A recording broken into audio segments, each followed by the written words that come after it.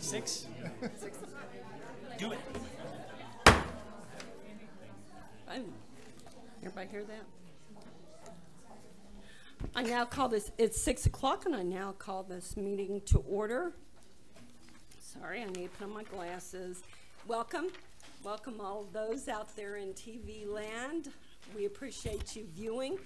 I understand there's a Goddard Roswell volleyball game going on tonight, so board members, I'm sure you'll agree, we'd love to take a recess in about an hour and then come back. Absolutely. Just kidding. But I'd love to see the game. Mr. Luck, good luck. Is Mr. Bolaños in here? No. Good luck, Mr. Bolaños. You're probably out there watching. Okay, opening ceremonies, opening exercises. Call to order, Ms. Kane. Mr. Edwards? Mr. Getty? Here. Dr. Pittman? Here. Mr. Sanchez? Yes. Ms. Kerr? Yes, yes. And we'll have the Pledge of Allegiance by Valley View Elementary School. Ms. Steinhardt.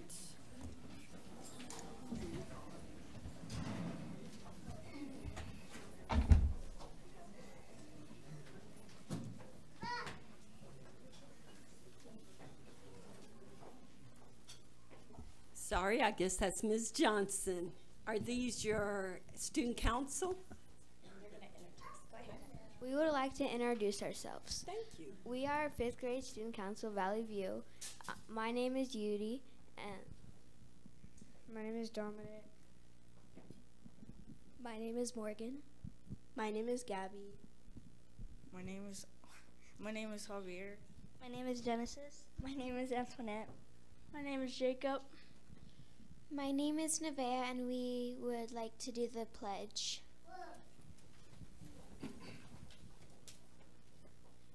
I pledge allegiance to the flag of the United States of America and to the republic for which it stands, one nation under God, indivisible, with liberty and justice for all. I salute the flag of the state of New Mexico, the symbol of perfect friendship among united cultures. Now we would like to do our Fight for 5 cheer.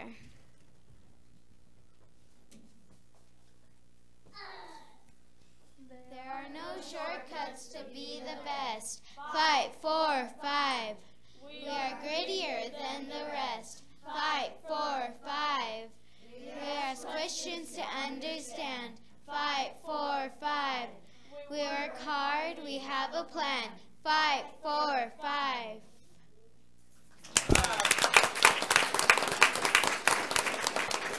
Awesome.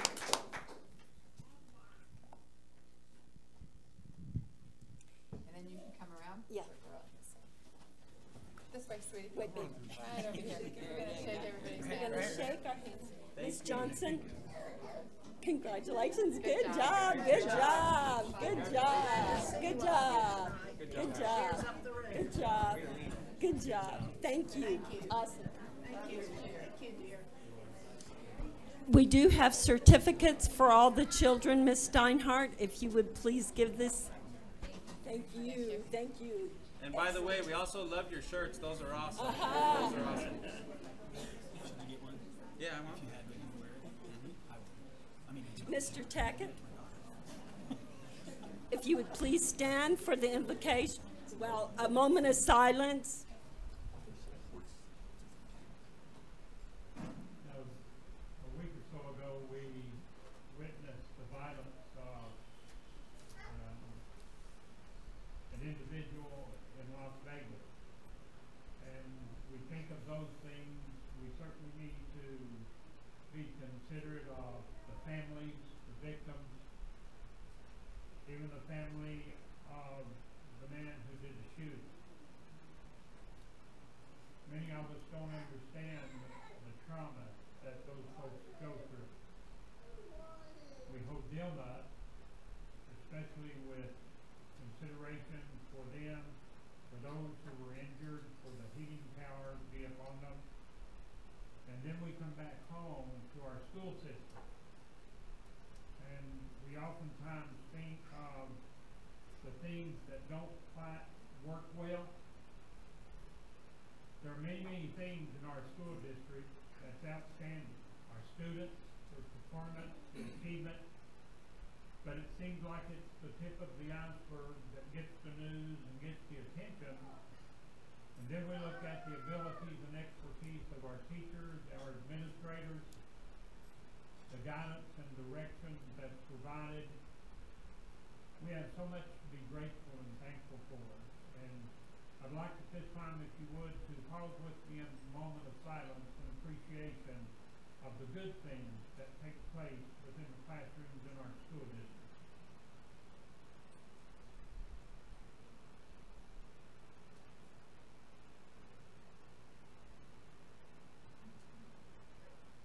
Amen.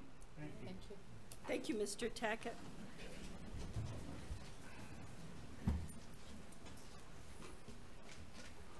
Okay, that brings us to the adoption of the agenda. I would like to have a motion to adopt the agenda with flexibility. So moved. Mr. Getty Second. and Mr. Sanchez second. All those in favor say aye. Aye. Aye. Pose same sign. We'll now have, before we move on to inquiries and general comments, I would like to take note that the agenda has been rearranged just somewhat after last month's faux pas on my part, and I left Goddard's, one of Goddard's teachers without, we adopted the agenda with flexibility, but under the action items, I left one of the Goddard's FFA, FHA, I can't remember. Anyway, they sat here and sat here and sat here. And so it seemed crazy to me that we do the agenda action items at the very end. So I have chosen to rearrange the agenda to make it flow a little smoother, get everyone out of here in a timely manner, and then those that want to stay for board reports may. But it was unintentional. It just happened. And so I think the way the agenda flows now, that won't happen again. Even though I will always ask for flexibility, I think that will be a moot point as we move forward. So anyway, having said that, I would like to have inquiries and general comments. Ms. Kane, has anyone requested time to speak? Yes. Great. Board members, I remind you, if you have a comment about the general comments, please take note and report during board communication. Thank you. Ms. Kane, may we have our first speaker? Mr. John Hubbard. Thank you for coming. Would you state your name, please? John Huban. Okay. Members of the public are reminded that matters of concern may be referred to another source for disposition will probably be deferred to subsequent meetings. It is usually not in the best interest of the district, the board, and the public to enter into discussion or take action without proper research and study. Speakers are requested to limit their comments to 3 minutes and must be signed in with the executive assistant to the superintendent prior to the opening of the meeting. Comments will be timed with the warning given when 30 seconds are left, and any matters regarding specific district personnel or students may not be discussed in public. Citizens may have matters of interest brought before the Board of Education for action or discussion through the regularly prepared agenda by filing a written request with their district board member at least 1 week in advance of the meeting in accordance with our ISD policy. 2 more board members may then request the item to be placed on the agenda. Copies of the board policy 5100 and 1630 are available upon request from the superintendent's office. All persons excuse me, in attendance or making public comment at board meetings shall conduct themselves in a dignified and respectful manner, exhibiting proper social decorum, confine their comments to matters germane to the business of the district, avoid reference statements or conduct reasonably likely to result in disruption or undue delay of orderly transaction of the business schedule for consideration by the board. Refrain from interfering with the functioning duties of the members of the board and staff. Refrain from using language or statements which may be reasonably construed to be insulting or tend to violence or breach of peace. Profanity or obscenities. Respect. Refrain from culminating, redundant, or repetitive remarks. Thank you. Yes, sir. Sorry. I know. My name is John Heban. I am a Vietnamese. I have been married to a Caucasian woman for 12 years. I was hired as a substitute teacher. 2 years ago, I was teaching at Mountain View Middle School. I was in a hallway as a sixth grader, Hispanic boy, across my path. He said, "Hello, Chink." Not aware that I was listening. Just last week at Bruno Middle School, 3 students got in trouble for name calling. On behalf of Asians and blacks, we are tired of this racism game. We are frustrated and it seems there is no resolution. Racism is a form of bullying that seems to be appropriate in the eyes of others. When is it appropriate for a student to bully a teacher by saying racist remarks or name calling? What is the difference between someone who is black, Asian, Hispanic, white, or Native American? We all put our pants on the same way. We eat, we sleep, and we work. We do not let the students bully each other. So why do we allow students to bully staff or staff to bully other staff and nothing is done? On YouTube or Mormon.org titled Bullying Stop It, President D.F. Uchtdorf of the Church of Jesus Christ of Latter-day Saints said the following: "We are not perfect. People around us are not perfect.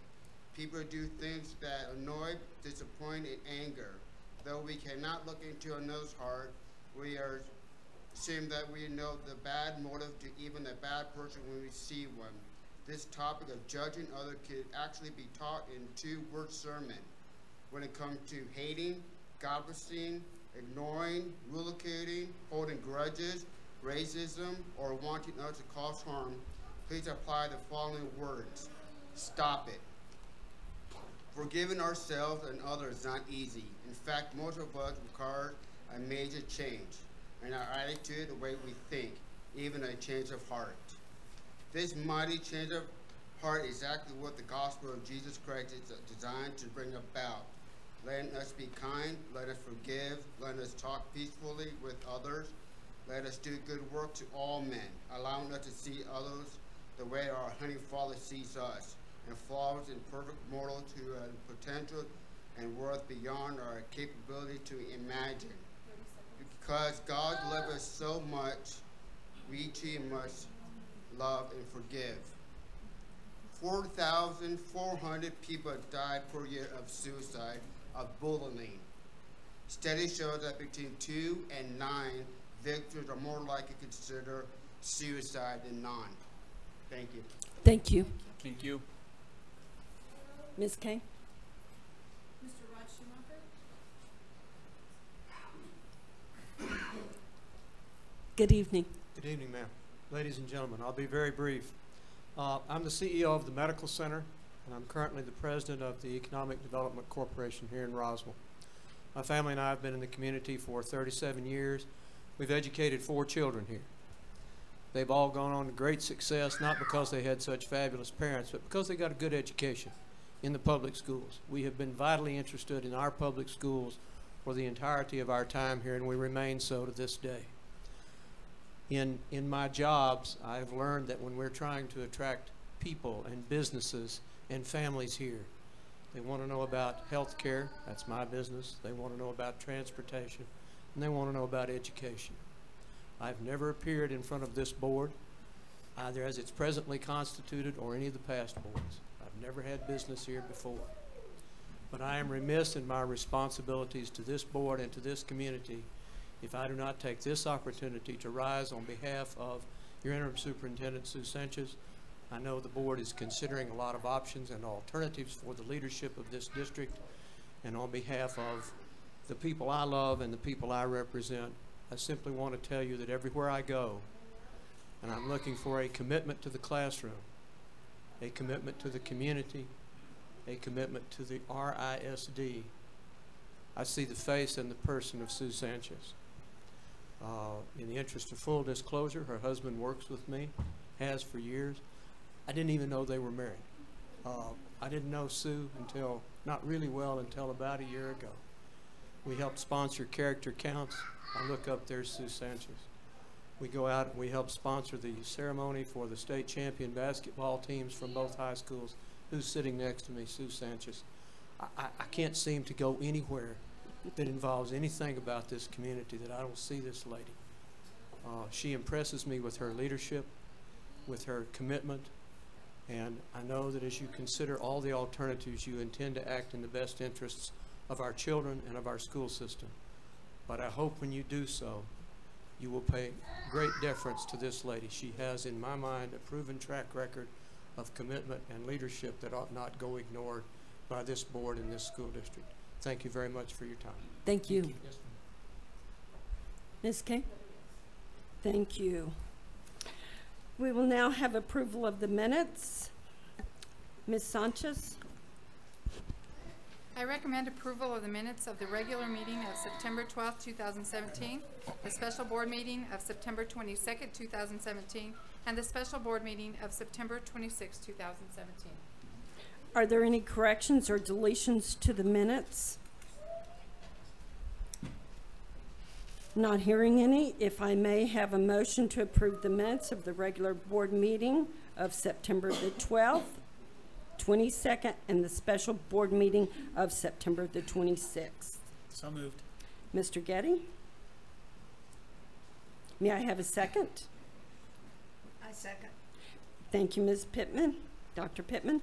We have Mr. Getty made the motion and Dr. Pittman second. All those in favor say aye. Aye. Aye. Opposed, same side. The ayes have it. The motion carries.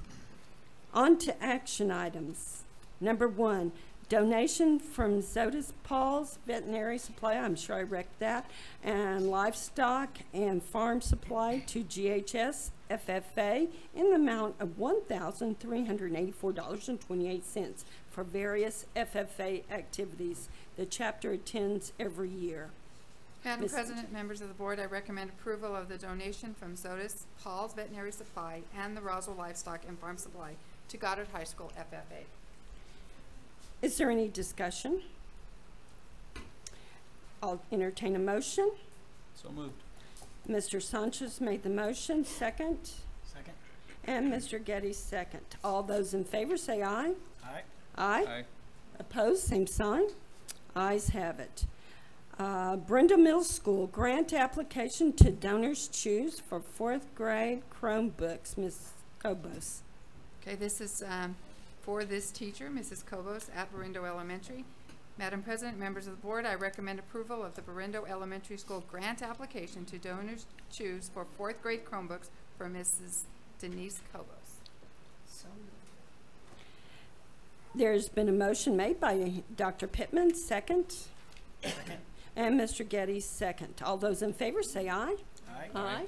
Opposed, same sign. Motion carries. Congratulations. Who's Mrs. Griffin? Is Ms. Griffin's here. Griffin, good, good. Yes. On to, we have the next one is from Brindle Elementary School, grant application to donors choose for 4th grade Chromebooks from Ms. Patricia Meach. Madam President, members of the board, I recommend approval of the Barindo Elementary School grant application to donors choose for 4th grade class Chromebooks for Ms. Patricia Meach. May I have a motion? Dr. Pittman made the motion, second. Second. And Mr. Getty, second. Thank you. All those in favor say aye. Aye. Aye. Opposed, same sign. Congratulations, Ms. Meach and Ms. Kobos. Policy 1640, evaluation of the superintendent. First reading. Is there any discussion of policy 1640, evaluation of the superintendent? First reading. I will make a comment. Our ISD has had a superintendent policy, but it is very weak. It's been very weak, and we discovered it in the 2000 series instead of the 1000 series where it belongs with the board. So upon that, we looked at the policy, we discussed it, and this is the same policy that's on the NMSBA website, the New Mexico School Board Association's website. So having said that, there are 63 districts that have this policy. I think it behooves us to look at that policy and adopt that policy. So that's the reason for the change. I will entertain a motion. Oh, no motion since it's first reading. I have Sorry. a question. Yes. Does this pertain to the interim superintendent or the superintendent that will be hired? It will pertain to the superintendent to be hired, not Thank the you. interim.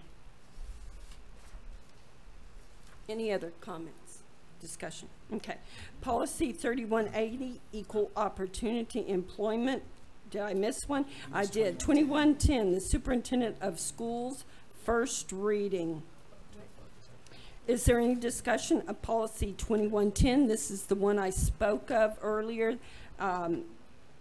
This is the superintendent's evaluation policy I spoke of earlier that was misplaced. So basically, Mr. Byrd, correct me if I'm wrong, we're taking that policy and moving it, correct? And striking the old policy to implement the new. Yes, correct? ma'am. Yes, ma'am. Okay. You're striking the old language and with the addition of the new language in the new policy. Perfect. Thank you. Any discussion? Okay, first reading. Thank you. Now, on to policy 3180, equal opportunity and affirmative action policy, second reading. Madam President, members of the board, I recommend approval of policy 3180, equal employment opportunities and affirmative action policy. Is there any discussion?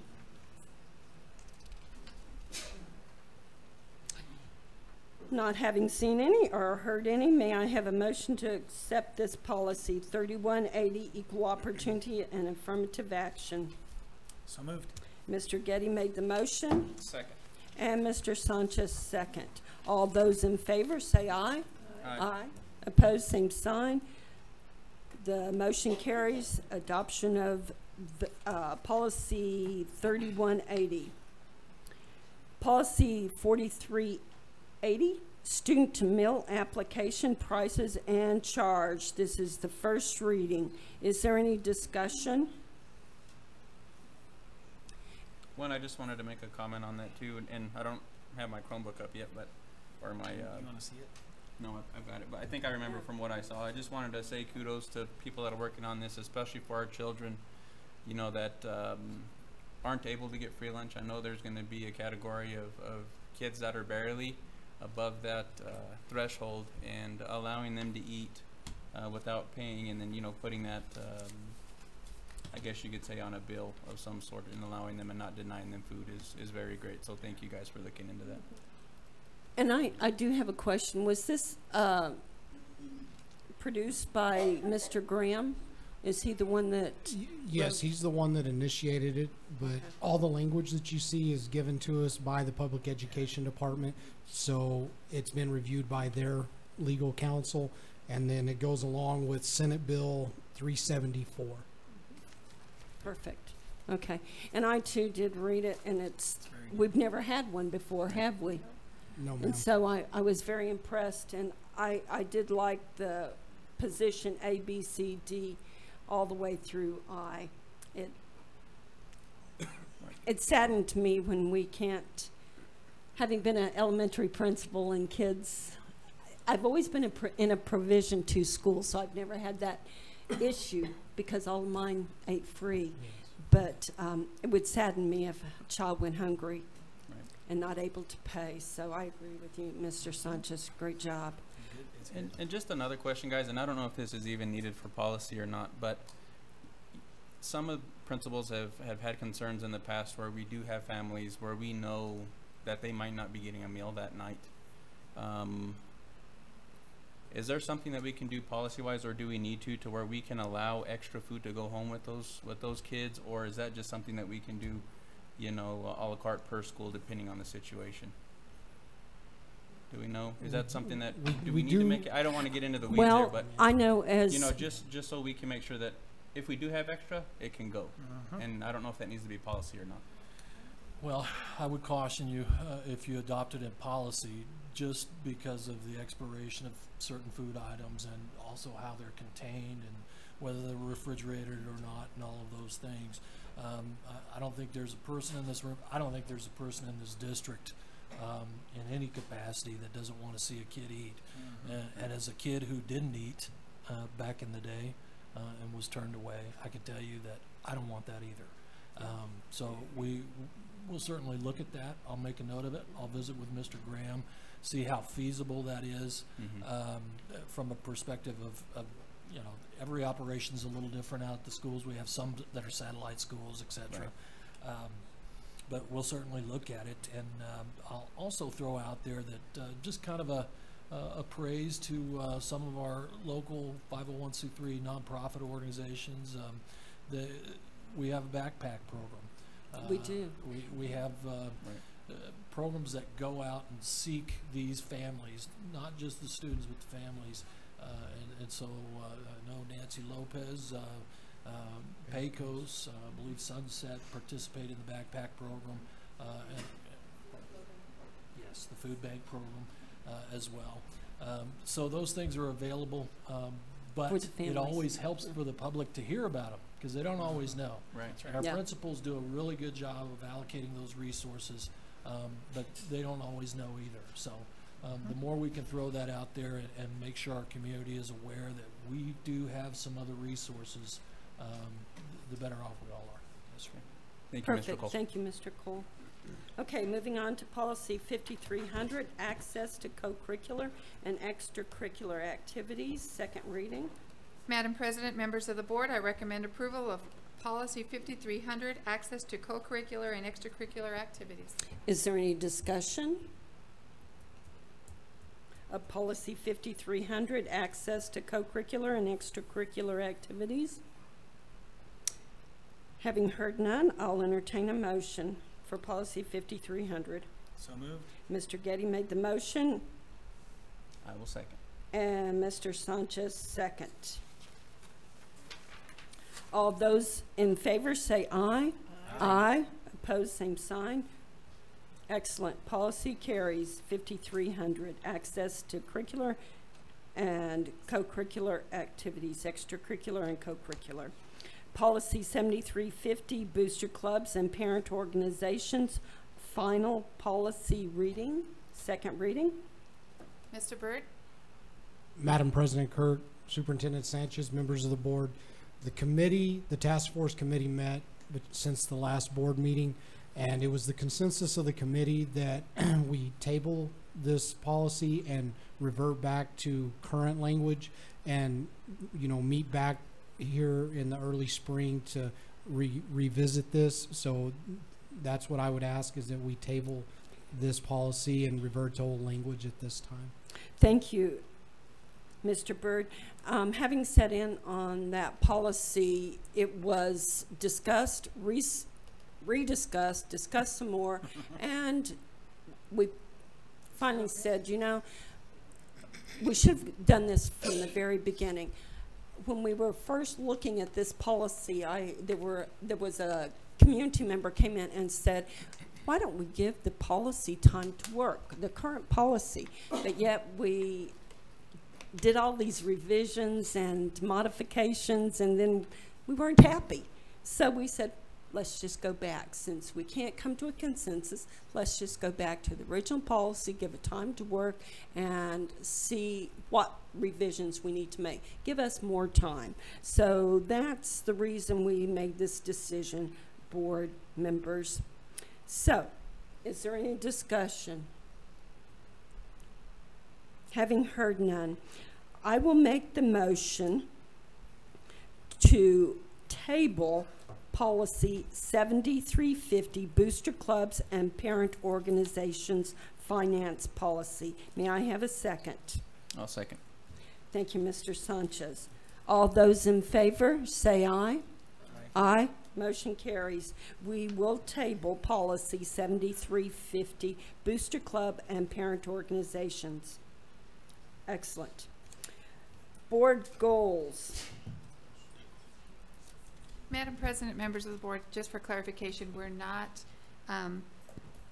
tabling 7350. We're tabling the second reading because we are reverting to original language of 7350. Thank you. That does clarify it. I'm sorry, we are not tabling 7350. We're reverting back to the old language, the current language. Okay, board goals. Ms. Sanchez? Madam President, members of the board, I recommend approval of the board goals. Is there any discussion of the board goals? I noticed on goal number 4, we struck out build teacher morale. Is that going to be covered by focusing on the good things that are happening and remaining positive? Is that we're trying to capture everything in one? That, and with the, yes, it is. All the strikeouts are redundant, and with the recommendation of Dr. Prather, he just named, just let me, with the recommendation of Dr. Prather that we do that. That was his recommendation, just to continue and use that as our sounding board. Okay. Any other discussion? May I have a motion to So approve moved. goals? It was made by Mr. Sanchez. Second. And Mr. Getty's second. All those in favor say aye. Aye. Aye. Opposed, same sign. Motion carries. And let me tell you how important this is. The board goals is very important because we, Ms. Sanchez reminded me, we print those board goals and then we hang them up within our building. So there's access to what the board deems appropriate or important for the school year, and that's our focus. So it was really important that we finally get those adopted at this point in time, since school has been in session for several months now. So we finally got those adopted. We will get those out to the schools and we will move forward. Excellent, thank you. Okay, now on to number 11, our ISD Superintendent Search Plan. Madam President, members of the board, I recommend approval of the RISD Superintendent Search Plan. Board members, if you look through your board book, it does give the dates, and Dr. Rendon has provided us dates and information. Is there any discussion? Having heard none, I will entertain a motion to approve our ISD Superintendent Search Plan. So moved. Mr. Getty made the motion. Second. And Dr. Pittman second. All those in favor say aye. Aye. Opposed, same sign. Motion carries to approve the RISD Superintendent Search Plan, and I will let Dr. Rendon know. Number 12, NMSBA Policy Service Program. Madam President, members of the board, I recommend approval of the New Mexico School Board Association Policy Service Program.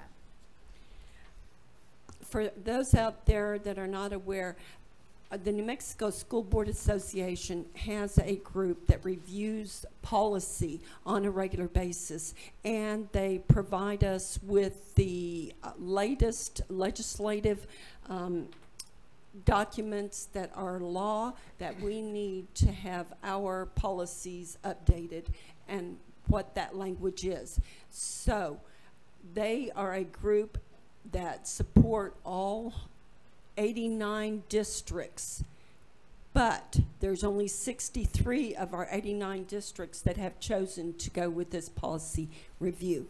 63 out of 89.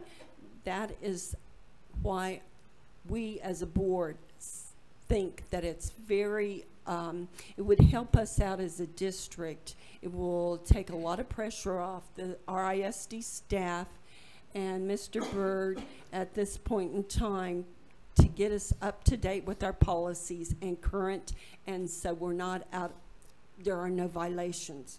So having said that, we have discussed this at quite we have really looked at this, and we've even talked to Joe Gillian, who is the director of the New Mexico School Board Association. He highly recommends, of course, but he wants to support us moving forward.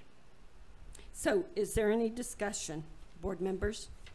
I just want to give kudos to Mrs. Kirk on this one.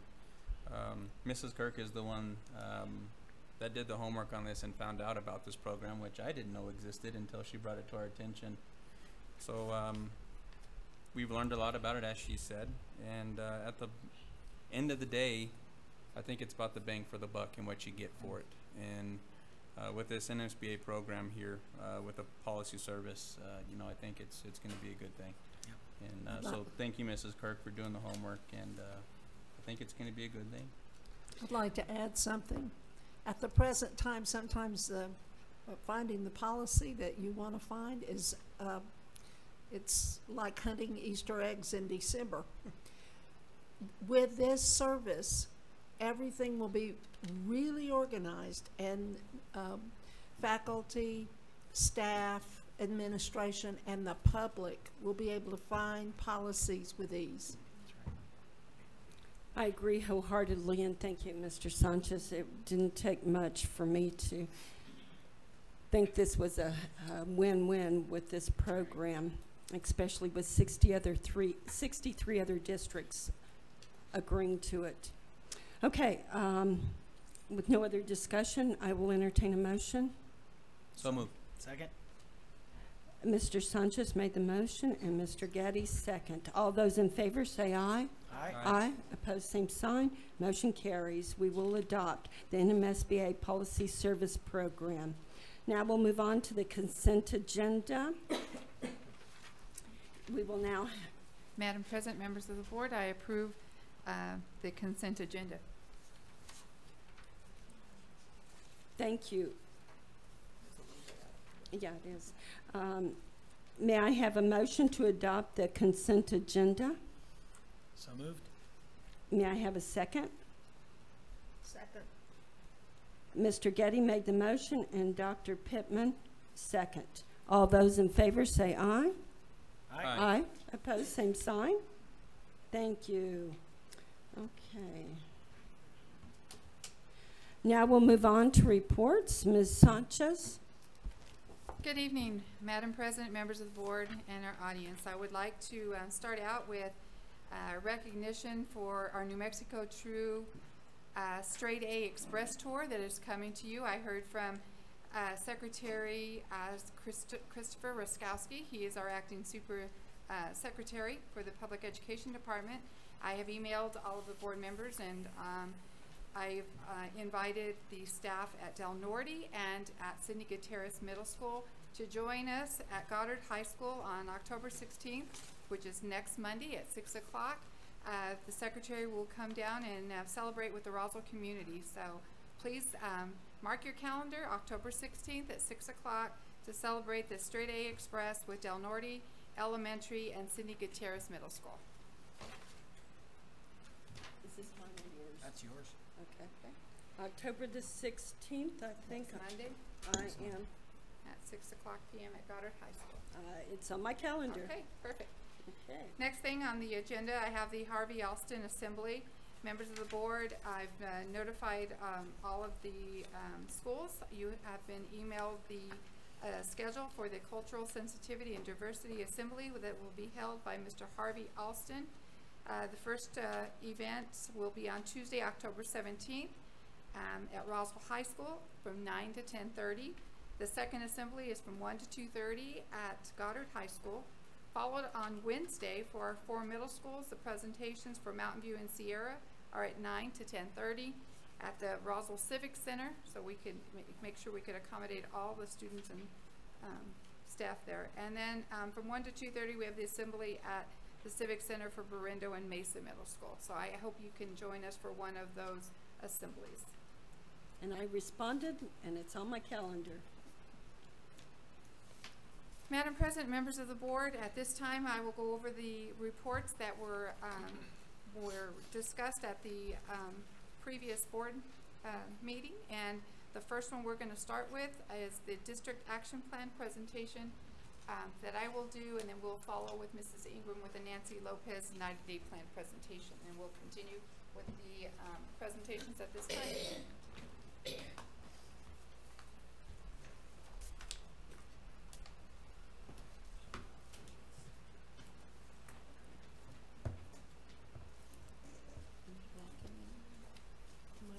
So we are going to go ahead and clarify some of the questions that came up for our district action plan.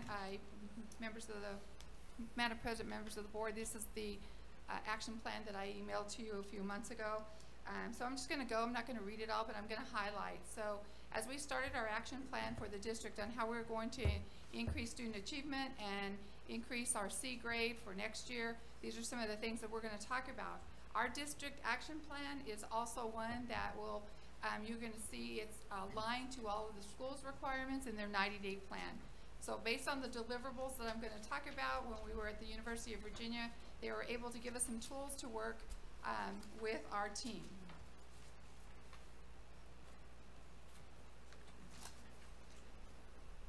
Knock the batteries out of this. Okay. All right, our first deliverable is strengthening instructional infrastructure, and this is empowering our teachers through professional development. So what are some of the things we're going to do to support our teachers? We just on the 25th of this past month, we had our Roswell Independent School District University. What was that professional development all about?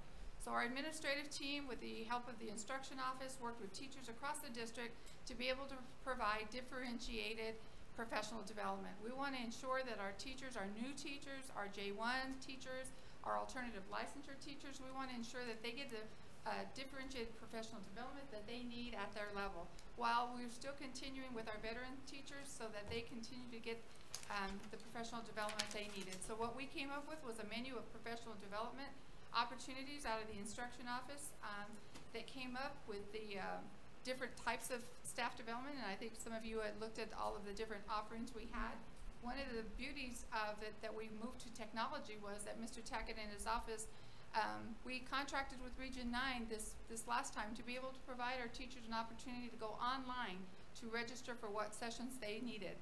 So we saved a lot of time in the instruction office from doing paper pencil registration to a fast use of technology, and then also with the SurveyMonkey being able to get feedback. And in November, we'll be bringing you all of those results from the feedback we received. So that's basically what this talks about.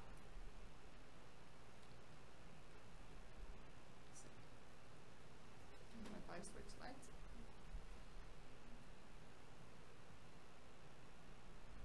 Okay, there we go.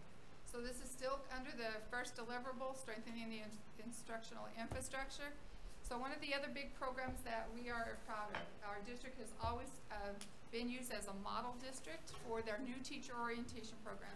Mrs. Vegadia is in charge of this under the instruction office to provide our alternative licensure folks and all our new teachers with opportunities of support with everything that we do in our district, from curriculum to HR to our teacher center, our material center, so that our teachers have everything at their disposal about, at least at the beginning, how to find them, where are they located, and what do we have to provide them.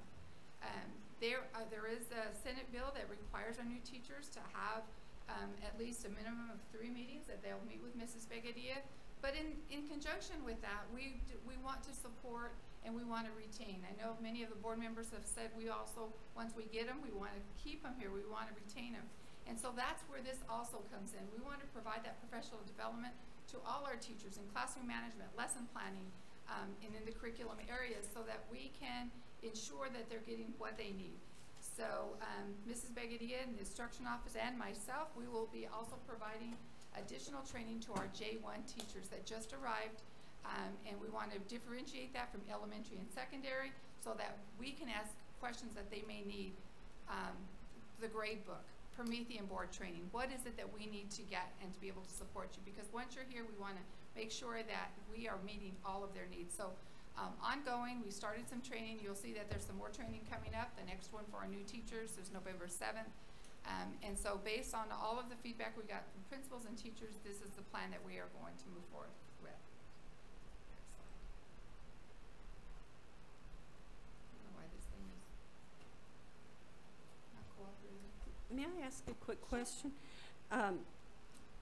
You said you had results from the Survey Monkey from the first in-service, and that you'll be presenting us? In November.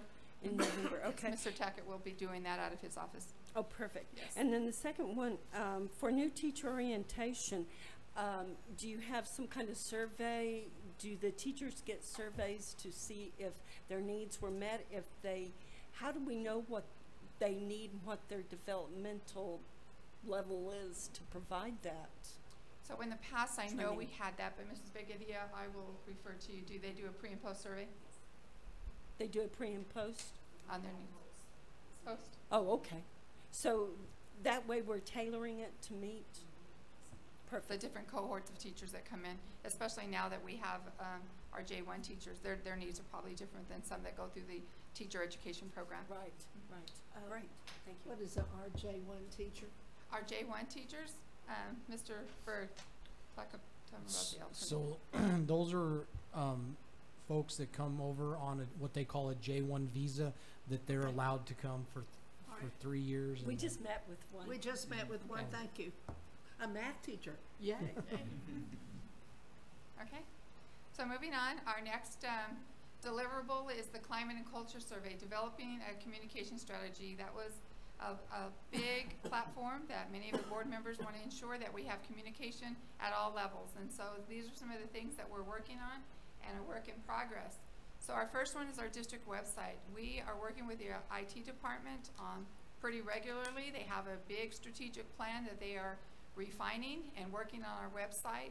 We'll also be communicating with all our stakeholders in making that tool accessible and updated. It's a huge project. It's been out of date for many years. It's a huge website, but I believe it's one that we need to get up and going in all the departments to ensure that all our stakeholders can find what they need on that website. So right now we are mainly using that main page, and I'm kind of putting everything on there. So by the request of the board, was requested for the strategic plan that is now posted on there. And as we get those, the other one was National Board Certified, and we have that link on there as well. So until we get it all where we need to be, we're just putting everything on the front page so that all our constituents can find what they need in a timely fashion. But that will be a year-long project as we keep refining and then linking it up to the schools' websites, because our schools need to also continue to refine their website. So we have a strategic plan. I'm sorry. That's okay. Interim Superintendent Sanchez, I know in the past we've had an outside source that did the managing of that website. Is it local now? It's Mr. Royce Braggs and his team that is working on the district website. Thank you. Thank you. It's internal. And then what we wanted to continue to work on, and it's in pretty good shape right now, but we're still adding as we set up professional development, is our district-wide calendar. So if you go to the instruction office and hit district training and event calendar, the calendar will be there, and if you want to see any event, training, or meeting, you can see that they're all there for our teachers and our staff to look for them. Now what we want to do, and we're still in process of moving this way, but we want to then link that to this new software that we're purchasing out of the instruction office, so that when they go and find it, they can sign up to those after-school professional developments, and so that will also help our staff as well. Okay.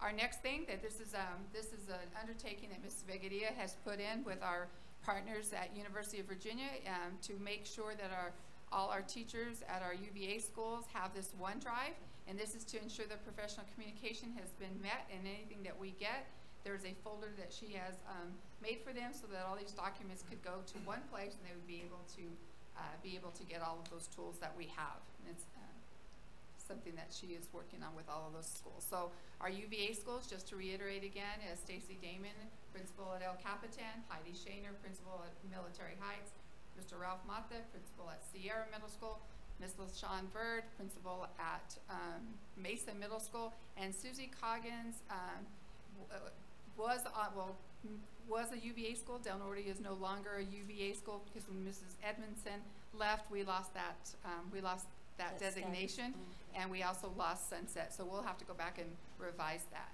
But when we put all these documents in, they'll be used for everybody across the district. I know that Mr. Sanchez is, we're going to talk about how we are expanding this so that all our principals and teachers have the same support that we are providing for the UVA. And so actually this folder will be available for all. But that's what we have currently in this the first 90-day plan. So one of my next big ambitious things to do is our district newsletter. So we've never had a district newsletter. We have school newsletters.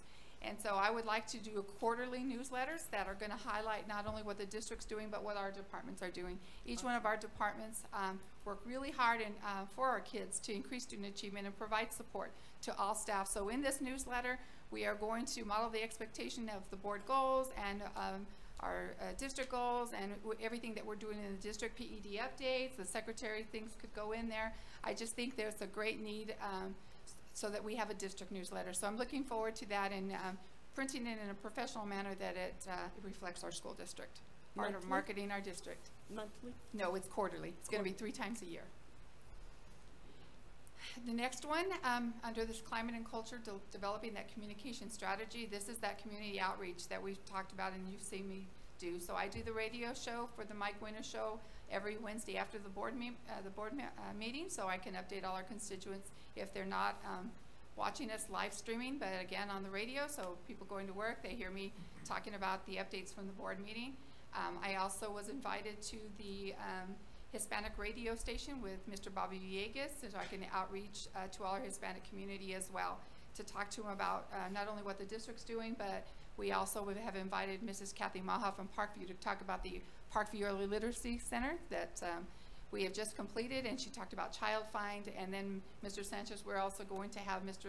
Lujan go up and talk in November about the community, the Next Step Plan and the college and career readiness pathways, so that we can outreach to all our community about the opportunities that we have available. So I really enjoy doing that, and as well also any of the community organizations that represent our district. Our last deliverable is observation and feedback, creating that coaching culture. So this is where all our principal mentorship comes into play. So we have monthly meetings, creating a professional learning community that supports and promotes a coaching culture. Monthly meetings have been scheduled, and you have in your packet in front of you or in your board book the list that was requested, so you have it, that you have all our mentors and all the schools that they are going to support. And during this time, Mrs. Begadia and Mr. Tackett has put together some collaborative work that we do with some of the coaching reflections that we are working with them. And then I also in your board packet gave you our cohort schedule produced out of the instruction office that talks about the cohort A principals that meet the 3rd Monday of the month, cohort B, which are the principals that meet the 3rd Wednesday of the month, and then cohort C, that those are the principals that meet on the 3rd Thursday of the month. And this is how we differentiate it.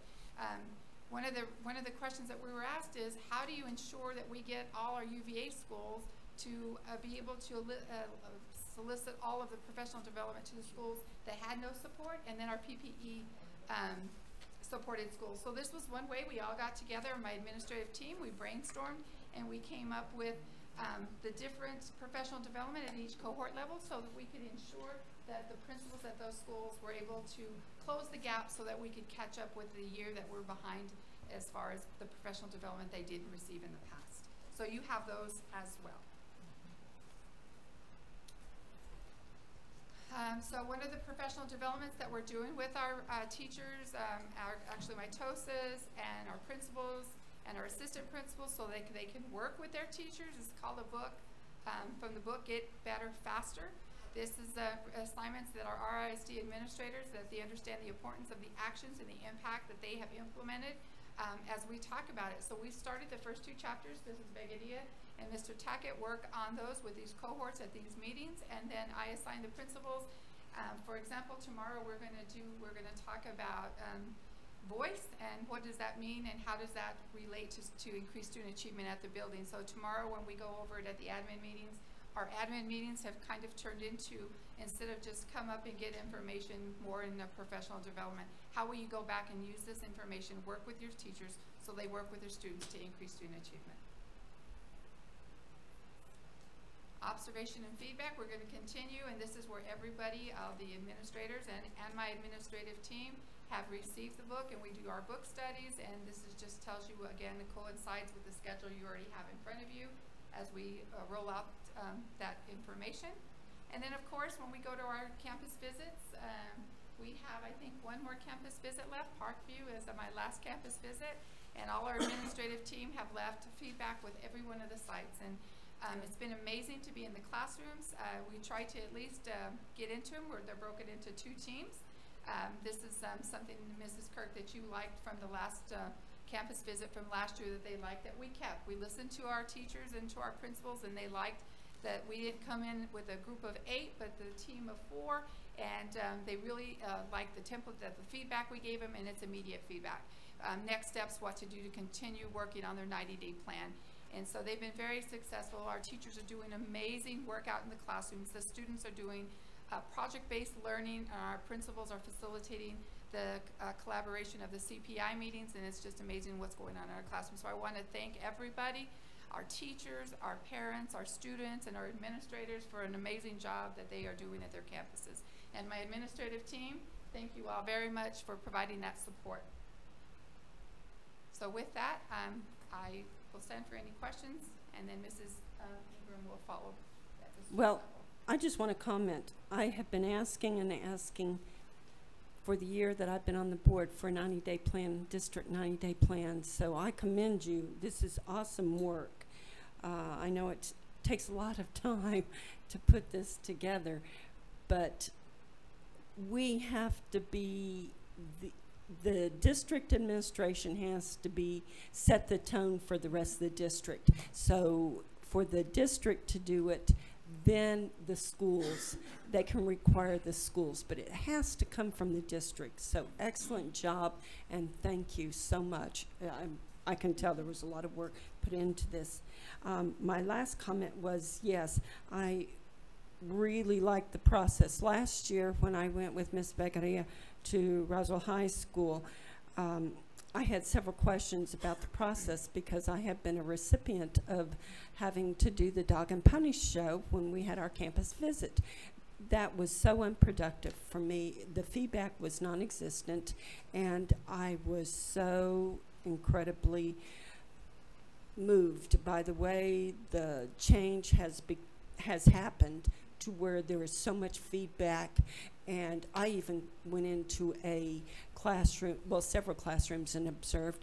And when I went back in with the team, Ms. Beccaria handed me the computer, and she said, put your information in. Yeah.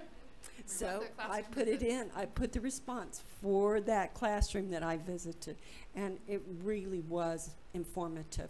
So excellent job. Thank you. Thank you. Okay, at this time. I also want to say kudos to you and your team and for providing this to us. Guys, this is the rock that you're going to stand on for the next 90 days or for the remainder of this year. At least we have a starting point and we know where we're coming from. So thank you very much for doing this.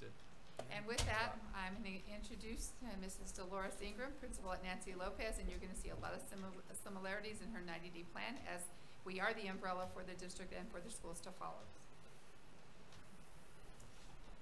Madam President, Superintendent Sanchez, members of the board, thank you for having me here today. I'm very excited and extremely proud of the work that Nancy Lopez has put into our 90-day plan.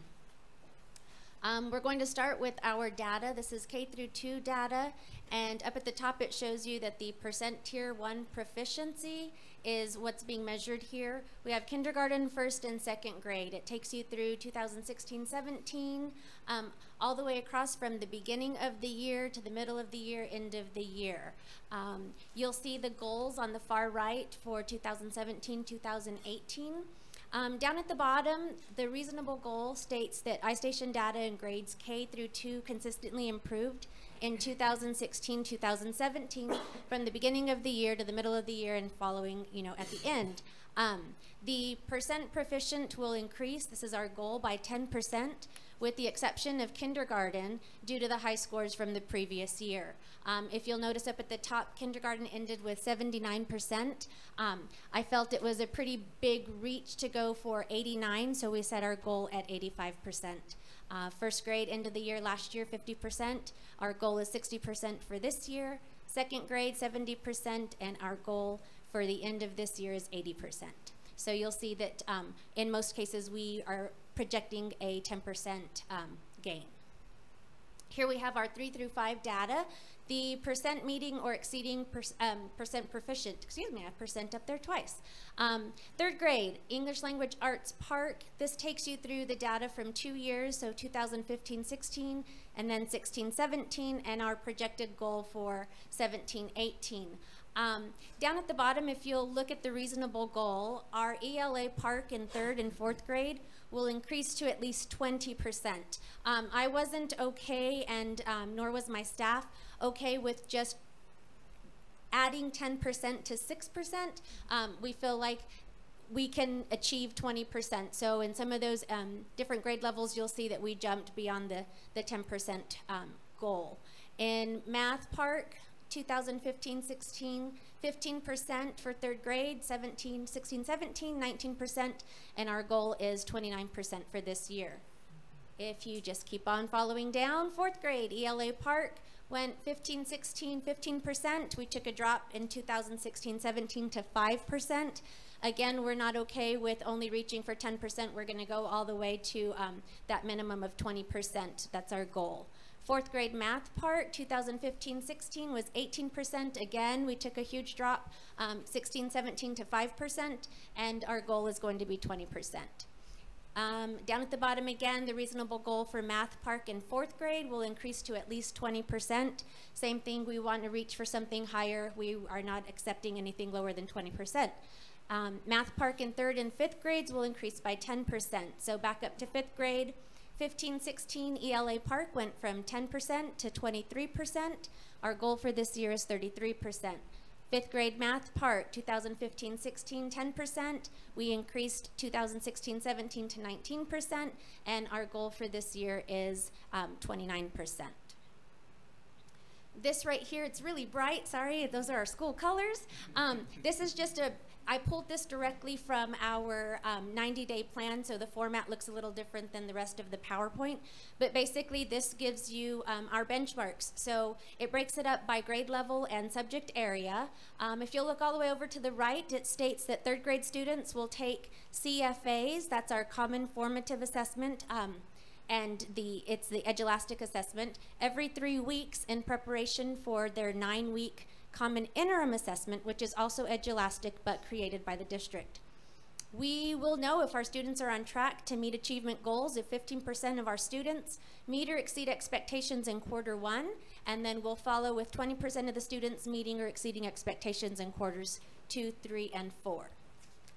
Yes, ma'am. Is the CFA required by the district, or is that just something y'all do at Nancy Lopez? Well, I believe that all schools are hoping to create common formative assessments. We at Nancy Lopez are using the Edulastic assessment so that we can better prepare our children to see the different types of questions that will be asked in the format of the test. So by creating our formative assessments using Edulastic, we feel like our kids will be better prepared for the different types of questions they'll see in the common interim assessment. And I apologize, I should not have asked you for the district. That's you're not probably qualified to answer what every other principal does. So, but you did a great job. So the 3-week assessment helps prepare for the 9-week. Yes, ma'am. And we'll follow that same pattern with 3rd grade math. The students will take a CFA every 3 weeks in preparation for the 9-week CIA. We'll know if our students are on track to meet those goals. If 24% of the students meet or exceed expectations in quarter 1, following 29% meeting in quarters 2, 3, and 4. So the next 2 slides are looking very similar. We're going through 4th grade reading and 4th grade math. Again, fourth grade students are taking the same assessment, common formative assessments that those teachers are creating together as a team to prepare for their 9-week CIA Edulastic assessment. We'll know if they're on track if 15% of the students meet or exceed expectations in quarter 1, and 20% of the students meeting or exceeding expectations in quarters 2, 3, and 4. Same thing for fourth grade math. Again, those Edulastic assessments every 3 weeks in preparation for the 9-week CIA. Our expectations will be on track if 15% of the students are meeting or exceeding with quarter 1, and then 20% quarters 2, 3, and 4. Fifth grade reading and math. Fifth grade students taking those same common formative assessments, but tailored to the standards in their grade level, will prepare for that 9-week CIA every 3 weeks by assessing. We'll know if we're on track. If quarter 1, we are at 28%, and then 33% in quarters 2, 3, and 4. And fifth grade math, 24% of our students will meet or exceed expectations in quarter 1, with 29% meeting or exceeding in quarters 2, 3, and 4. So that leads us to our target areas, and as a staff, being brand new to the building, my second day on the job, we gathered as a staff and discussed the different target areas to develop our 90-day plan around. Did not participate in the vote because I was brand new to the building, so I took input from all of the staff members, and then we created our 90-day plan from there. So our 3 target areas are school culture, collaboration, and data-driven instruction. School culture, desired outcomes. All staff will foster a positive learning environment by implementing a school-wide positive behavior intervention and support system. PBIS will be consistently implemented school-wide by all staff. PBIS expectations will be shared with parents. The number of office referrals will decrease each 9 weeks by 5%. School culture are critical actions. First off, we needed to purchase incentives that go along with PBIS. We review our PBIS plan with the staff at each staff meeting, and we have begun planning our extracurricular activities so that we can expose our behavior expectations to our parents by modeling those behaviors within our building. Progress indicators, 9/29/17 total office referrals for September, and then we will total our office referrals in October and compare those to September. Collaboration, our desired outcomes. All grade level teams will participate in 90-minute CPI, that's collaboration planning instruction meetings, once a week. Vertical teams will meet for 20 minutes once a week to discuss how to better support neighboring grade levels. Our vertical teams is something that we at Nancy Lopez, we're attempting to kind of take it from the very beginning and create it as we move along. So it's a work in progress, but we're seeing some really great discussions. Our common formative assessments will be created every 3 weeks in preparation for the CIA, and those are our district assessments. The percent of students meeting and exceeding expectations will increase each 9 weeks by 3% in each grade level. Critical actions, creation of a CPI protocol so that teachers and staff members know what to expect when they're attending a CPI meeting and what I expect for them to be prepared with when they join their colleagues in our meetings. Creation of CPI agendas, that began with me creating the agendas to get us on track, and eventually that'll be turned over to the teachers where I'm more of a guest and not leading the actual meeting.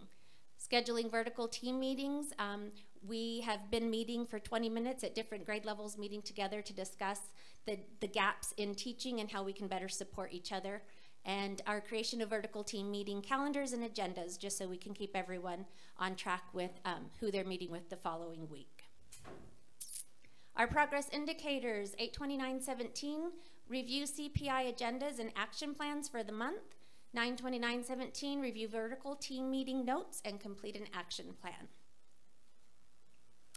Data-driven instruction, our desired outcomes. All grade level teams will participate in backwards design and planning each 9 weeks. Grade levels will create common formative assessments every 3 weeks. The data from each of these assessments will provide teachers with immediate results, allowing for the reteaching in shorter intervals prior to taking the CIAs. The percent of students meeting or exceeding expectations will increase each 9 weeks by 3% at each grade level. Excuse me. Data-driven instruction or critical actions, introduction to backwards design and planning, and the creation of common formative assessments. And I'd like to say thank you to the instruction office for scheduling some PD to be done with our teachers at Nancy Lopez. I conducted a mini professional development on formative assessments, common formative assessments using Edulastic, and then instruction office is going to support me once we have some data. Progress indicators, review action plan results to determine if reteaching is being effective. Again, we don't just want to reteach, we want to make sure we're looking at the data and really pinpointing whether or not what we've retaught has been effective. And then reviewing our vertical team action plans to ensure teachers are using data to address instructional gaps between grade levels. Thank you. Yeah, excellent. I do have one question. Well, I do. Yes.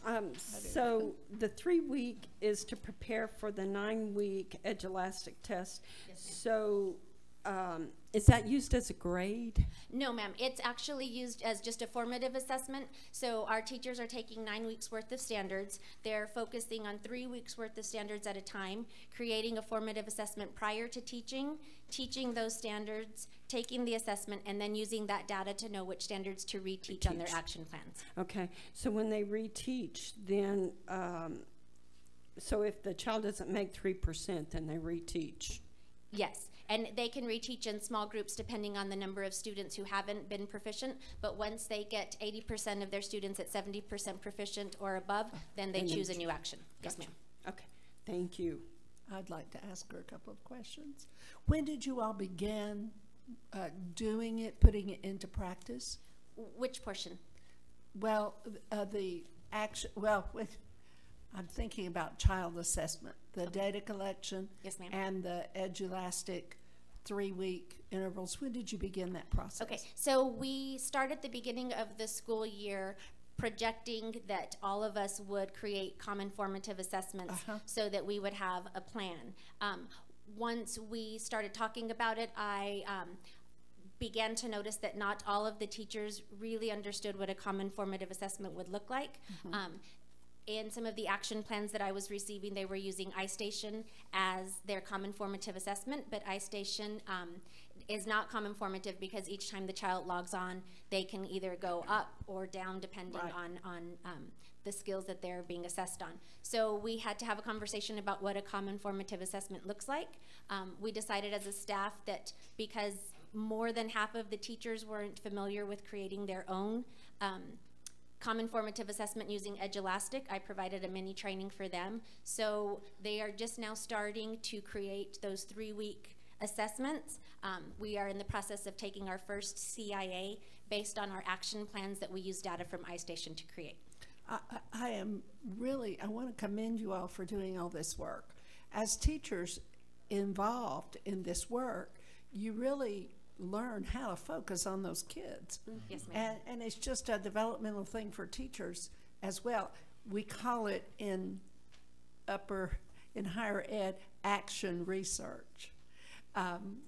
Now, I also want to hear about the results. Once you start getting results, perhaps Interim Superintendent Sanchez would let you come back and share what this really looks like, because what we're seeing is mostly this is what we want to do, or this is what we're beginning to do. I want to see the results. Yes, ma'am.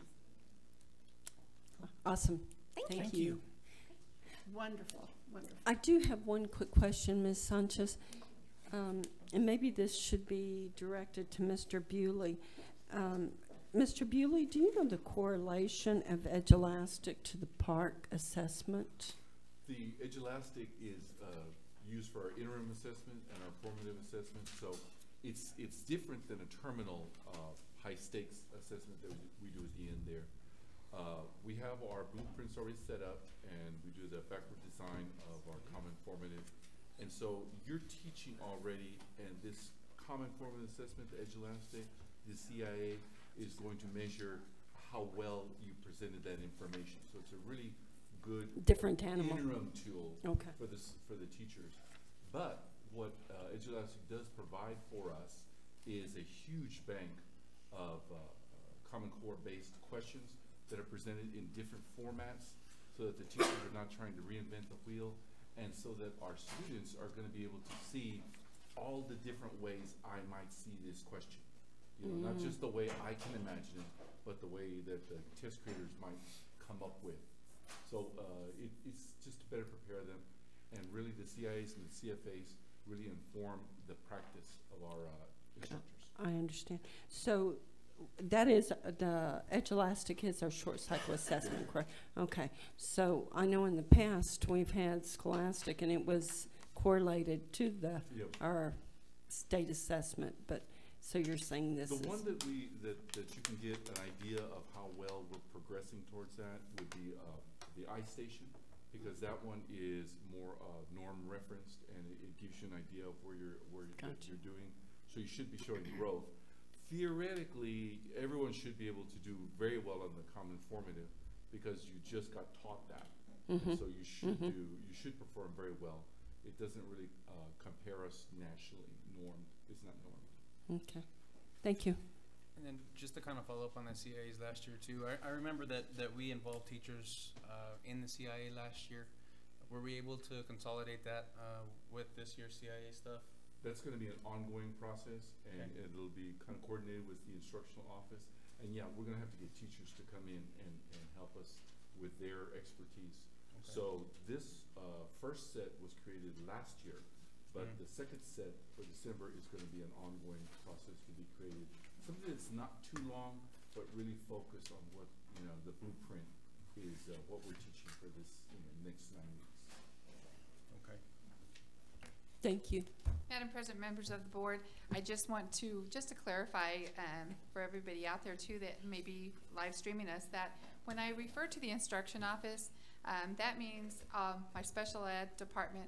We are all working on the same types of goals, working with students with disabilities on their individual education plans, along with our ESL bilingual program, that we're all involved with that, and the assessment that's tied hand in hand with instruction. So we want to ensure that when we talk about the instruction office, it's all of those folks working together to increase student achievement. Today I'm going to talk a little bit about our HR department. One of the things that the board requested also was a report on our University of Virginia report. Our thought partners that came from University of Virginia was just here last month, and I emailed you the Partner for Leadership School District Site Visit Report. You have in front of you or on your board book as well. And I just wanted to, I'm not going to read it to you, but I want to just talk about some of the highlights from people from the University of Virginia that is doing some of the work with us, what they pointed out in their overview. So they just talked about the district leadership. Superintendent Sanchez has demonstrated her commitment to the partnership by engaging all of her administrative team in working in these 4 key priorities: leadership, supporting accountability, infrastructure, and talent management. So in the research that they are using today, the talent management means what we always call our human resource department. So as you peruse the document, wanted to just to highlight under the leadership, the superintendent and her leadership team has modeled true learner engagement to, while we went up to Virginia to come back and work with our schools, as I have this ambition to support all of our schools in these research-based initiatives. It also talks about the district leadership team being committed to strong communication plans that increases transparency and conveys the importance of student success in all of the Roswell schools. And it goes on to talk about everything that we talked about in both of the district and the school leadership. And then if you just change to the next one, it talks about supporting accountability. And here we talked about the expansion for the Principal Mentor Program, reaching out to more schools. The Superintendent Sanchez has established the mentoring program with her principals using district leaders and principals coaches. And so Mrs. Begadia is overseeing that in the work that we're doing. And then our thought partners with the University of Virginia is providing us tools, and we'll be working with those differentiated cohorts and making sure and assuring that they not only know how to use the tool, but support them in where they are. Some of the next steps that they wanted us to take a look at so that we can always continuously improve is to look at all our coaching mentors and ensuring that they have all the same type of professional development so that we're stable and consistent across the district. And we're just in that process. And so they will be coming down. We have some consultants coming down to work with the instruction office. and our coaches specifically in rolling out those initiatives. We also are having a consultant that are going to come down and work with Mr. Bird and his department in in the talent management with the human resources. We're going to take a self-assessment, see where we are, because one of our main goals, and you saw one of our main goals, and the board main goals, is to recruit and hire staff. And so we're going to take a look at that assessment, come together, look at it, and see where we need to be able to move forth, and then have those critical action plans to follow in recruiting and so forth. And so if you go through that, it talks about some of the things that they also saw. Well, this is my strength, the instructional infrastructure, and it goes on to talk about on page 7. The district is investing in the improvement of the interim assessments that Mrs. Ingram did an excellent job in talking about, and leveraging the data to support the data-driven instruction. We are using a read-write digital program to warehouse all of this data, and once we get it all uploaded, we will be bringing that and showcasing that as well, so you can see that the principals will be able to go check all the data in one place instead of going to Edge Elastic, going to iStation, going to the park data. That we're all going to consolidate it on it's called a school profile, and they're going to go using this read-write digitals. We're excited and ecstatic about it. It's something that I inherited. It was in a pilot process with some of our elementaries and one middle school, and now we're going to move district-wide with it all the way to high school. So our EOCs are going to be captured in it at the high school and the middle schools, along with their Edge Elastics, their CIAs, and the park data. So we're doing it full-blown. I'm doing it 3rd through 12th grade, or 11th really. Do you know what the platform will look like? Yeah, we have some protocols that we looked, and we'll share that with you. Right now we just got our contract approved with Mr. Tweet with the publishers of the software. We'll be one of the first districts that will have a data warehouse like this. Oh. So we're excited to look at this, and we'll share it as soon as we get it up and all the data, because it's an amazing tool. Okay. We talked about the dedication of our PLE team, about teacher collaboration. Some of the next steps that they're talking about is to implement the CPI meetings across the district with fidelity.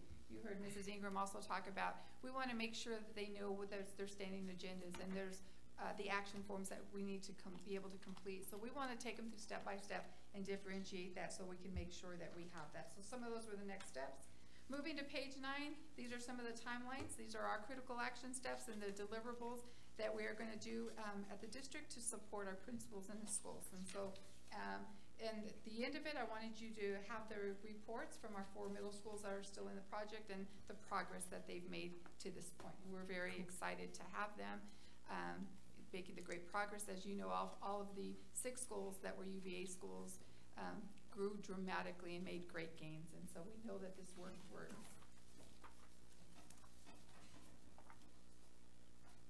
The next document that we just had received also was so after they came in and they went to visit our schools, they came back and talked to us about our district report, and this was our debrief, and you just have the PowerPoint.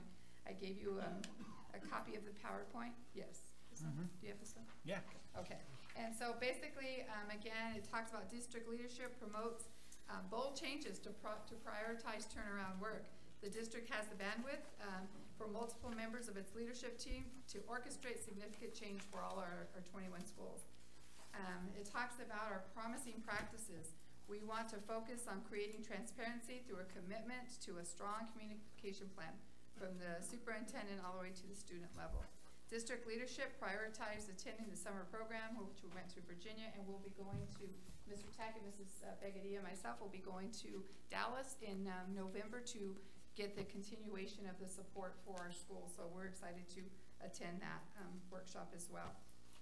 Leaders speak to all student success across the schools. So you'll be hearing about all of our quick wins is how we refer to them across our schools. And the district is reaching out to outside partners to help us. And so one of the big things that you've been seeing at the secondary is our career pathways, and we're reaching out with SREB, who's helping us to develop those high school plans.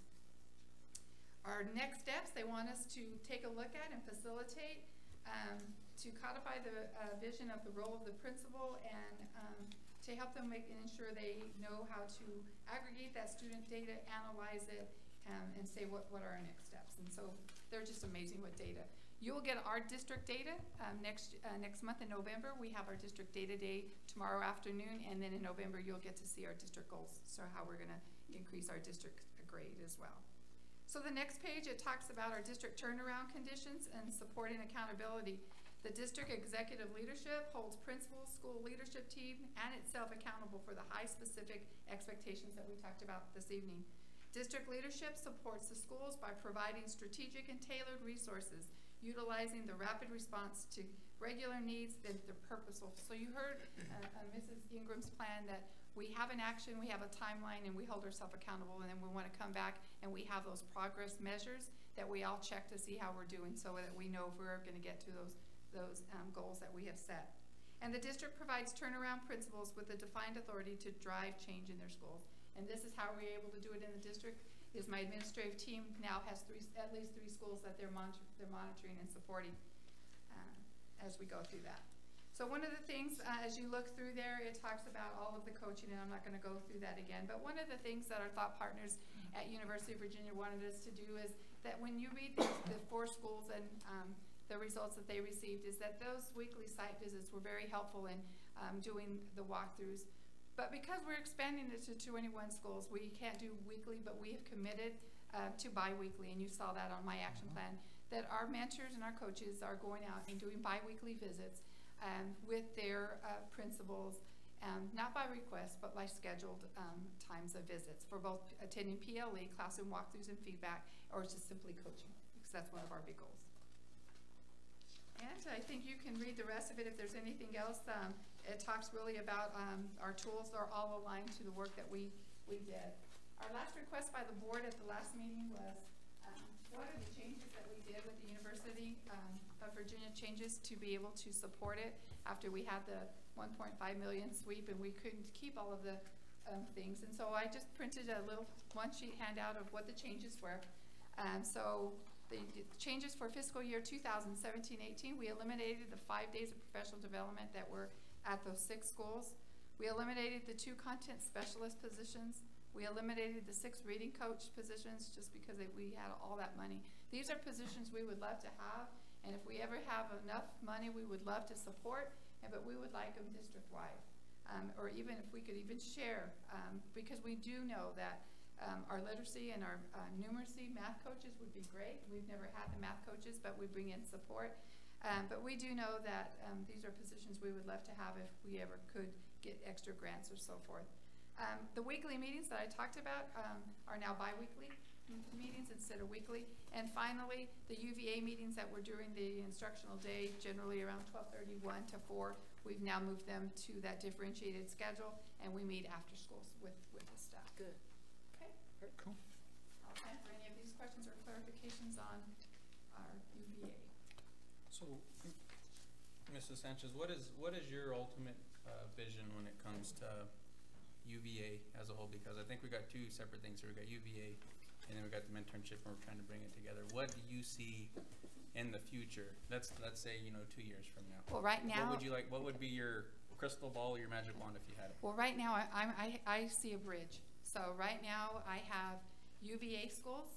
I have PPE schools for our principals that have participated in PPE, and then I have the non-supported schools that have not received. We had a New Mexico PPE, and then we have a group of principals that have received no support.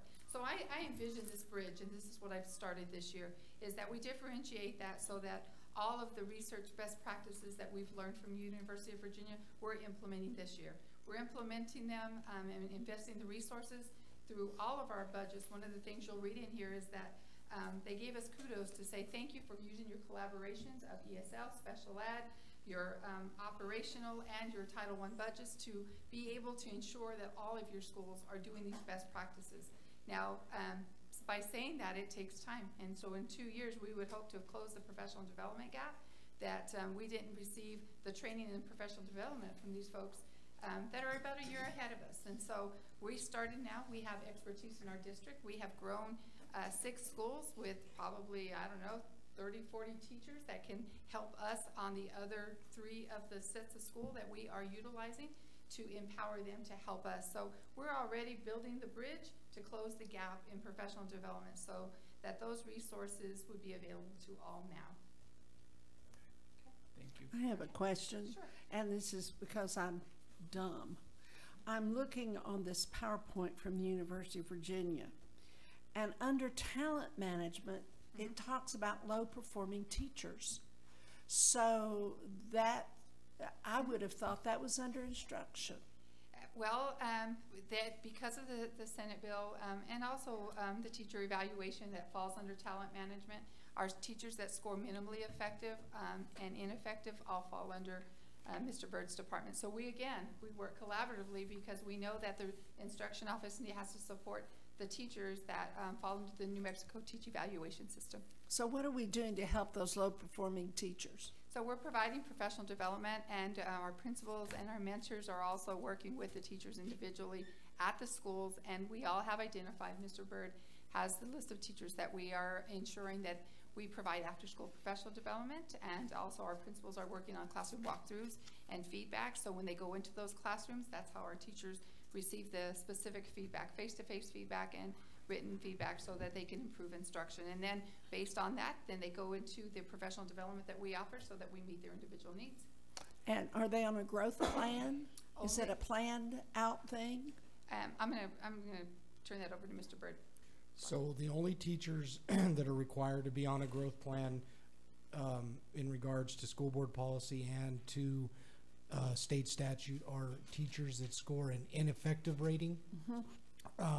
You can do a minimally effective teacher onto a growth plan, but we've left that up to principal discretion because all teachers also fill out a professional development plan.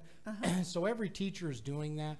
So to me, they're very much the same. Either if you call them a professional growth plan or a professional development plan, a PDP, we're all working and striving to improve in whatever areas, you know, individually as teachers, but the only ones that are required for the PGP are the ineffective rated teachers. Do you know how many we have in this district? We had 9 this last year. Okay. That's not bad. That's great, in fact. Yeah, that is. Doing an amazing job. Very pleased. Well, I want to congratulate you on your hard work and spreading the resources. That was my main, I guess, difficulty with UVA is providing resources into schools that were high performing, taking them from the low performing schools and moving them to the higher performing, and I just had trouble with that. That just didn't make sense to me. So now that we're spreading the resources out and collaborating equally, that really, I think we will see greater growth. Thank you. Thank you. I'm going to move up to my spot for my last. Okay.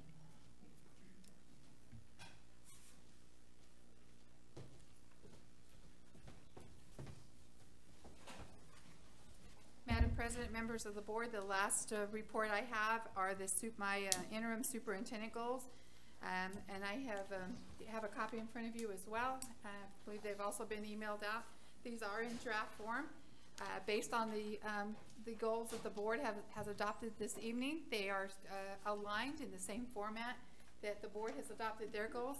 So if, Madam President, if we could have some time to take a look at these, and if board members, if you'll give me feedback, I would like to go ahead and get those, so I could also get those posted on the website as soon as we can get those aligned with your board goals.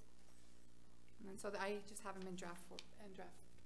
So instead of draft, then they will be permanent. Right, You'll if take there's the not draft any revisions from the board. I wanted to ensure that the board was able to look at their approved goals this evening, and I aligned them identical to your board goals. I guess I have a question about that goal number 1.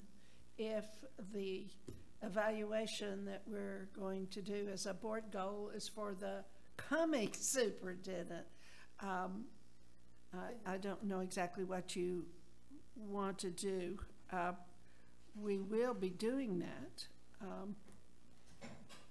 I don't, do you understand my puzzlement here? I don't understand your question. Could My you rephrase question that for me? is, in our board goals, we have a goal to develop evaluation for the incoming superintendent at the end of our superintendent search. We have whereby- a policy now. Well, she's asking us to develop Reading, one first on reading. this, on her goal, and I don't understand that. Can you explain that? Sure, Dr. Pittman. Madam President, members of the board, one of the things that, as an interim superintendent, that I must have the direction of the board and the goals that you would like me to follow. So it was my understanding that the instrument, that the board policy is for an interim superintendent as well as the incoming superintendent. And so based off the recommendation of the goals that the board set, I was under the impression that I would be under the same board policy as interim, but if that's not the case, I don't mind striking that at all. If I'm not going to be held to the superintendent's policies after the second adoption, then I don't need to have that on there. But I, with my experience, usually the board policies, the interims fall under the superintendent's policy that the board adopts. I agree, Ms. Sanchez, but board, I would like to get clarification from legal counsel before we move forward with this. Yes. Would that be suitable? Yes, I think that's, Okay. that's. Yeah, I agree. Since the evaluation for the superintendent is not yet, since it's in progress. Okay, so I will get clarification on that, Ms. Sanchez, before we move Perfect. forward on that one. Okay, and Madam President, members of the board, that concludes my reports, and we can move on to business and finance.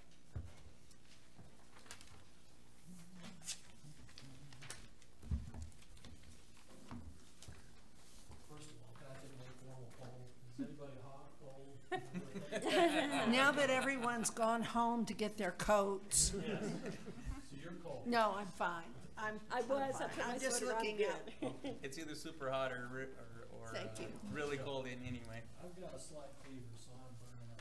That's Okay. Thank you, Mr. It's Cole. not irrelevant. Just don't touch the corners. Did you bring the Lysol, Mr. Cole? Oh, my gosh. Good evening, Madam Board President, Superintendent Sanchez, members of the board.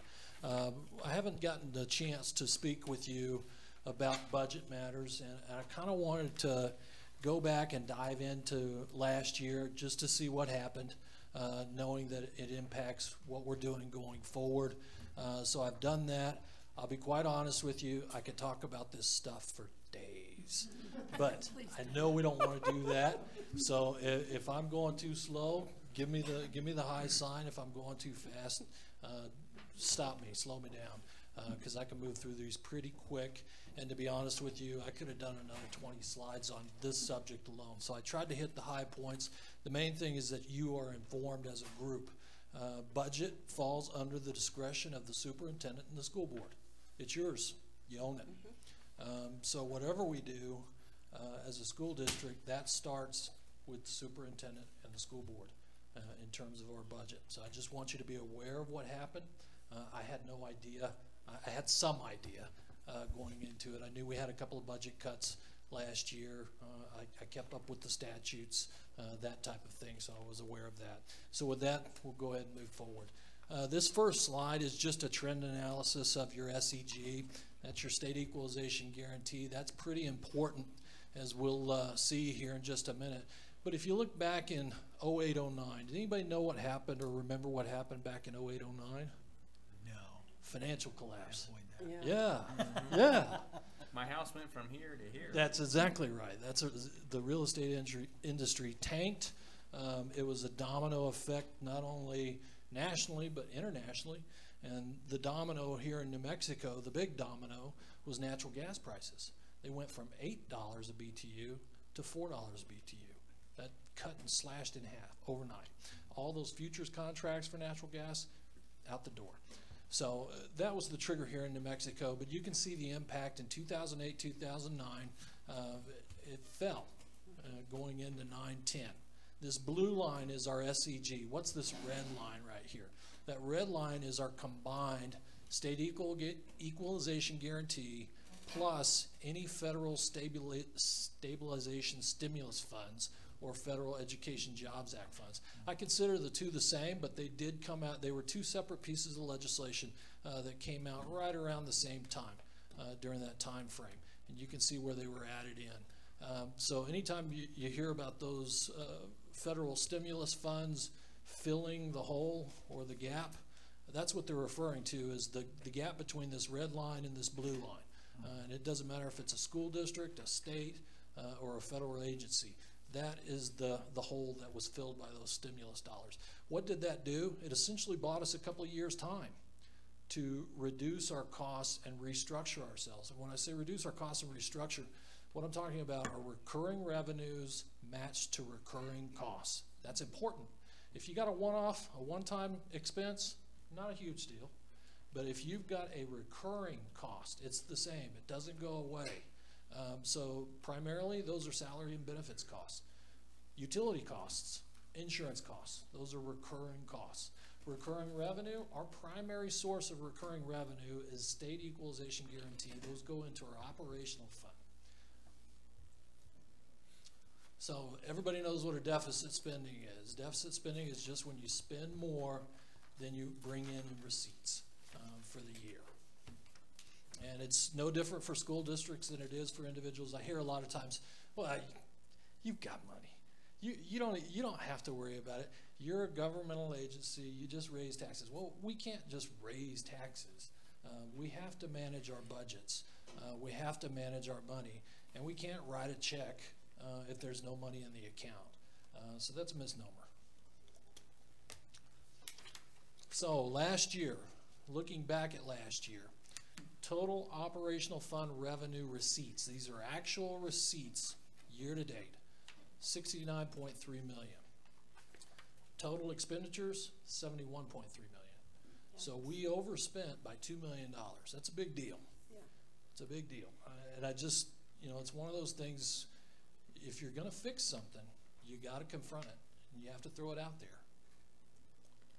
So just looking back, I don't want to act like we've never had a deficit or we've never deficit spent. We have. So if we're looking at page 5, you can see that back in 09-10, we spent into the deficit on our operational fund by $1 million.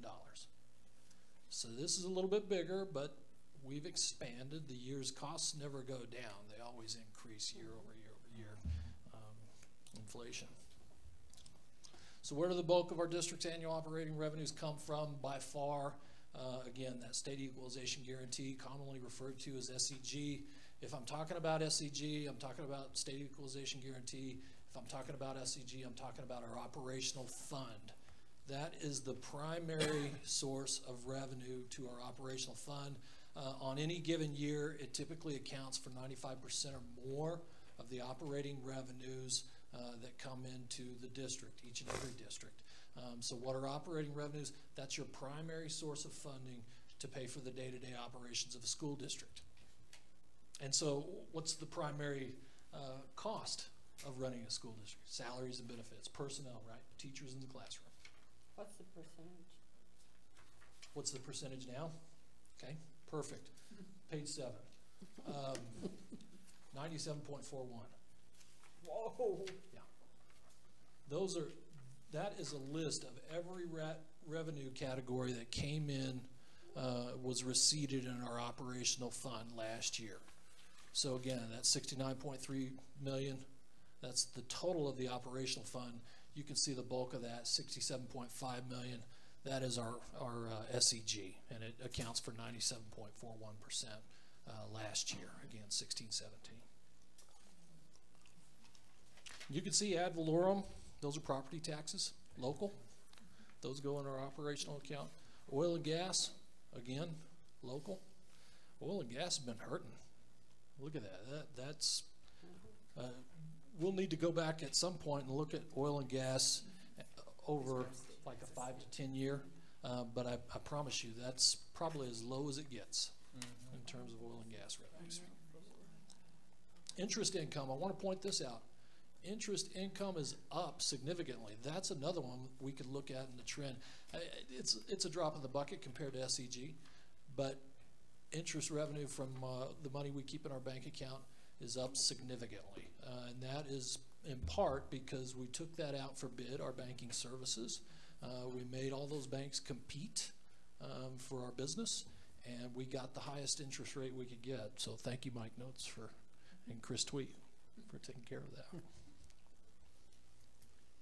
General fund versus other reimbursement basis funds. So I'm worried about the general fund. And okay, when we're doing the audit and we're talking to our auditors, you'll hear them throw around the term the general fund. The general fund are just our state funds for operational, pupil transportation, and instructional materials. They lump those together and it's called the general fund. For our purposes, we break them out in three separate and different funds because they can, each one is expended differently for different purposes. So all of these funds, you'll notice as we go down the list, there's 40 some odd funds there, have different requirements for how they may be expended. Meaning I can't just use Title I to go buy basketballs for our coaches. It's reading and math, and it's pretty restrictive. And matter of fact, if I do go out and do a PO and I'm able to slide it through, which wouldn't happen, would it? No. Let's say I'm able to slide one through. I disguise my basketballs as counting units. I've seen it, believe it or not. And I slide it through, we get the receipt. Well, guess what? All of these funds, these special revenue funds here in this category over the side, over your right-hand column, those special revenue funds are reimbursement based, meaning I have to submit the vouchers, all that detail to the state PED in order to get reimbursed. And oh, by the way, I'm on their timeline, not mine. So I may be looking at a reimbursement for those expenditures a month from now. It may be 6 months from now, and has been that way in the past. So then you've got our capital outlay funds. You see those GO bonds. Those are our building. We just went out and sold bonds, so you're aware of what those are. Public school capital outlay, SB 9 local and SB 9 state. So that's commonly referred to as the 2 mil. So here in 2019, February of 2019, we are going to have an election for GO bonds and SB 9. So that SB 9 local, that's the portion that we're going to take to the voters of Chaves County. What are those SB 9 2 mil funds used for? They're used for maintenance in our buildings. So you're looking at almost $2 million a year that come in locally by the voters of Chaves County for us to do that maintenance. So it is so important. I cannot stress to you enough how important that is, because if let's say we don't get GO bonds, we're not constructing a new school. Okay, not good, but let's say we don't get 2 mil.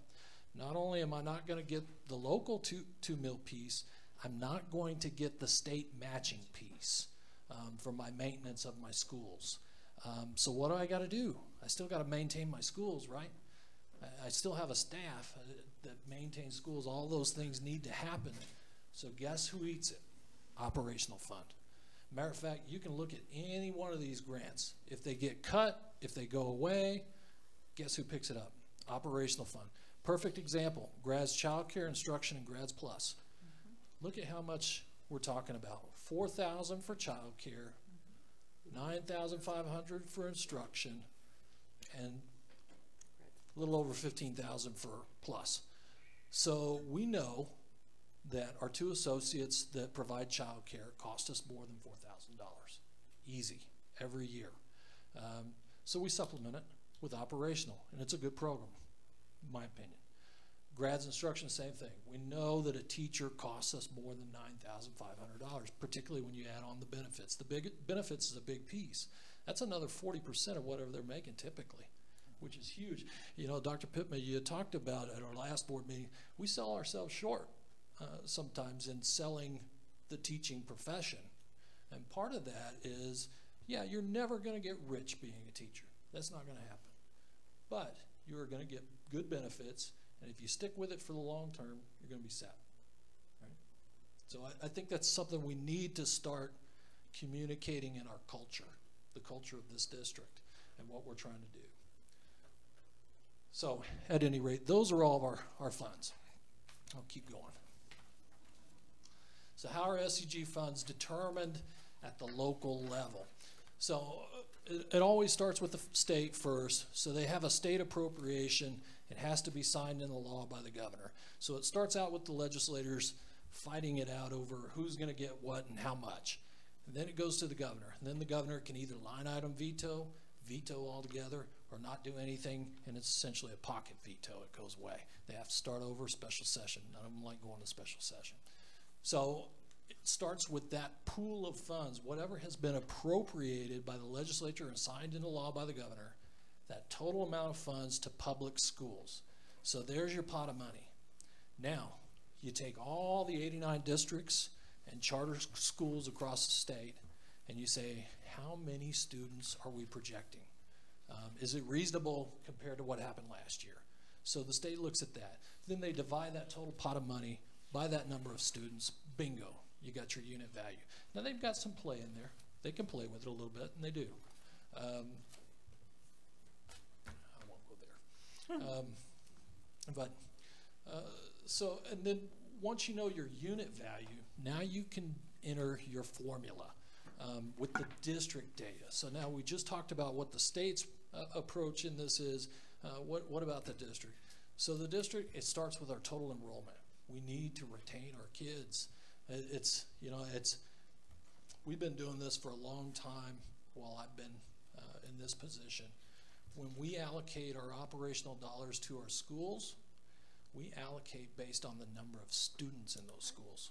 It's an automatic incentive for them to keep their kiddos to the best of their ability, and it's a good thing. It's also how we as a district are funded, based on total enrollment by program. So all those programs are factored by grade level, by is it special education, is it regular education. All of those have factors within the formula. They're multiplied out. Those give you units. Once you get to total units, then you have what's called T&E index. That's multiplied by your total units. So any small change in that T&E index can have a huge impact on your total units, which is multiplied by that unit value for your total dollars. So looking at that, let's look at state unit value. And I want to point something out, initial versus final. So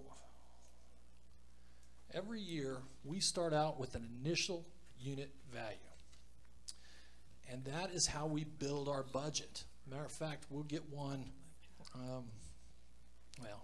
we'll get one in about May to tell us what next year's budget's going to look like or how to build off of it.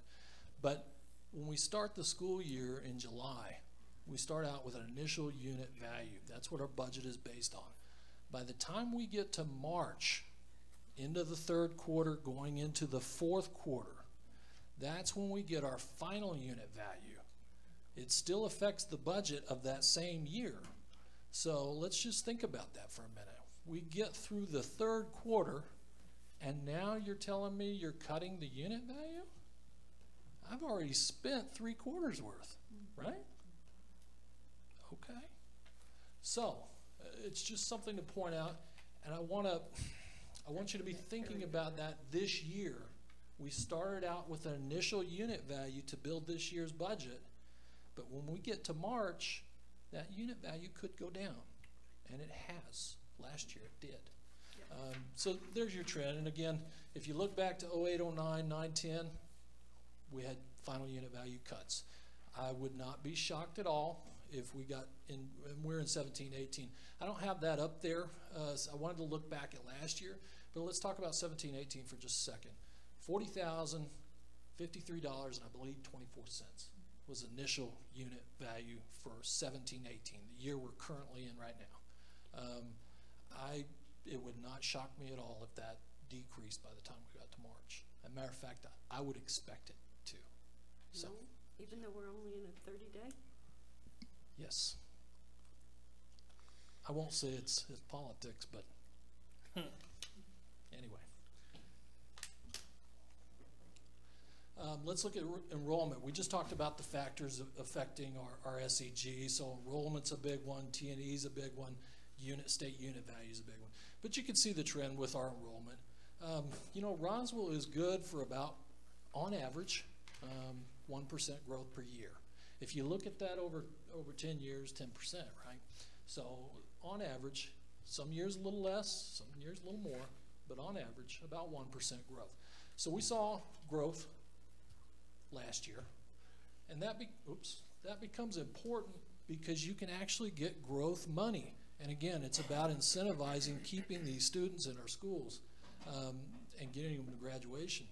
But at the 40th day, this 40th day count, if you have more than 1% or greater student enrollment growth, you get extra dollars. It's a totally different calculation, but it's well worth it to keep those students in and bring the students that come in. So, and then let me just touch on 80th and 120th day. The average of those two from the current year will be used to determine next year's initial budget. Do we have any numbers as far as 2017, 18? I kind of heard some rumors that maybe our numbers have dropped with students, and is that going to affect us? Or how can it affect us, Mr. Yeah, it would. Now, the nice thing is you get to 80th and 120th. Let me go back. You get to that 80th and 120th, and it tends to level off.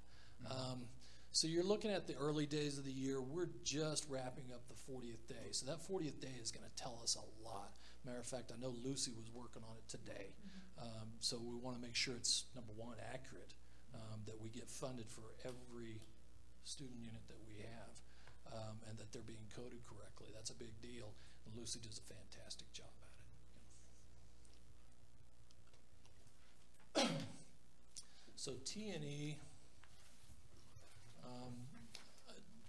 some of you may be aware, some of you might not. T&E is just training and experience, but again, that's that factor, that multiplier in our formula that's so important. And what it looks at specifically are a teacher's level of training, meaning their level of education. Do they have a bachelor's? Do they have a master's? Do they have a doctorate? What are their years of experience teaching? So anytime you're looking at a teacher salary schedule, you'll notice it's years of experience and then BA, MA, so on and so forth. They're structured that way on purpose. And they're also structured to the three-tiered licensure system. So it's kind of interesting, especially during times of declining budgets. People want to point the finger, how come you're not giving a raise over here or there? But really, we're so structured in by that three-tiered licensure system. And one of the things you'll notice is there's nothing about the three-tiered licensure system in our funding formula other than T&E. But it doesn't tie necessarily to that three-tiered licensure system, which makes no sense. I mean, it's typically anywhere from 85 to 90% of your total cost is teacher salary and benefits, and you're telling me that's not tied to your funding? Okay, all right. But it's not. Yes, ma'am. Which you brought forward a good point, Chad, because that's one of the resolutions that the New Mexico School Board Association is sponsoring and Finally. continue to sponsor. That's wonderful. But it's ongoing, and we haven't seen a resolution with it. We haven't seen any correction with it, but it's still a sponsored resolution. It makes all the sense in the world, and it makes absolutely no sense to have a three-tier licensure system that's not tied to your funding source. Yep. You know, you talk about unfunded mandates, all that. That's there you go. Line. Yeah. So again, level of teacher training and years of experience. Again, in order to qualify for the T&E, which again is that multiplier in our funding formula, these teachers have to be appropriately licensed. This is statutory language, and assigned to students. Assigned to students, meaning if I have a teacher that's not assigned to students and is no longer in the classroom, and you can add them up, it's real easy to do and see where your teachers went. You're not getting funded for them. You're losing that money. You're bleeding that money. So Admin, you don't get funded for admin. So you look at districts and particularly the unions, and I think it's a valid point in some cases. Some cases it's a negotiating point. But you look at the union complaint in other places, and you'll hear these guys are top heavy. They got a lot of administration over there. And in some cases, they're probably right. I mean, if your costs are going up, let's put it this way. your salaries and benefits as a total percentage of your operational, if it's 85% or below, something's wrong. Either you've got vacancies that need to be filled, or you're not paying enough relative to the market and relative to that 3-tier licensure and all those other things. But if you're at 90% or above in salary and benefit cost out of that operational fund, then you're too high, and you probably got excess admin. Just typical. Not always, but typical. Okay. So that's a range to keep an eye on. I believe we're right around, well, I think I've got a slide that touches on it. In the past, we've typically tried to stay right in the sweet spot. Right around 87 is where we want to be. And if we start declining down, we know it's time to increase that recurring cost. Yeah. So do school districts have a degree of local control? And we hear that in politics a lot. Local control, right? That's what school boards are all about, is local control over our public schools in our community. So in theory, the local school district maintains a degree of control concerning both its student enrollment and its T&E. Now, if you have a business that has 300 jobs leaving town, school board, superintendent, administration, teachers have no control over that. Those families are leaving. You're going to lose some students in that. So that, you don't have control over that. But if you've got a bunch of students leaving the district to go to private school or whatever the case may be, then you know something's up, right? Same thing with your T&E. The T&E is a great indicator of what's going on with your staff. Are you losing them to retirement? Are they going other places? What's going on? So, yes, Mr. Cole, I have a question. Yep. So, if we don't, if admin doesn't generate revenue dollars for us for T&E, right? If they were tied to a classroom, would they? No. They would have to be assigned to students. So let's take a Title I teacher, for example. You've got one teacher in one building that is assigned to a specific group of students for a class period or more. You've got another that is not. They do some other type of activity in that school. Pull out. Sure. So if they are not assigned to students, you're not picking them up. And yeah, that's a federal program, and I'm using a federal program teacher, but that's a good example. Yeah. Okay. Yeah. So the administrator would have to be assigned to students, have a classroom, and assigned to students full-time? I believe the statute says teachers. I have never heard of an administrator being funded from operational SEG. I'll find out. I've never heard of an administrator being assigned to students other than I'm assigned to this school and it's mine, which doesn't count. But I do. Okay. I know of a specific example. Charter school, building administrator there teaches classes every now and then. Like one year he may or may not, depending on their needs and their student levels. So if he is teaching a class and he's assigned to those students, yes, they do get those funds. Or they do get that T&E, yes. What about yes, ma'am. The TOSA people? They're not assigned to students. Okay. Yes, ma'am. So yeah, anytime you're pulling them out of the classroom and they're no longer assigned to students, you don't get those funds. So looking at T&E, we just talked about T&E gives us a lot of indication of what is going on in our district. You can see what T&E is doing since 2008, 2009. I just use that as it illustrates a lot of things. So it's declining. So at some point we've got to hit a bottom and we've got to bounce, right? It just hadn't happened yet. Why do you think that's happened? Why do I think T&E has gone down? Yeah. Well, I know we're losing those staff. We're losing them. The numbers tell me. We have more new staff than we have Exactly. experienced staff.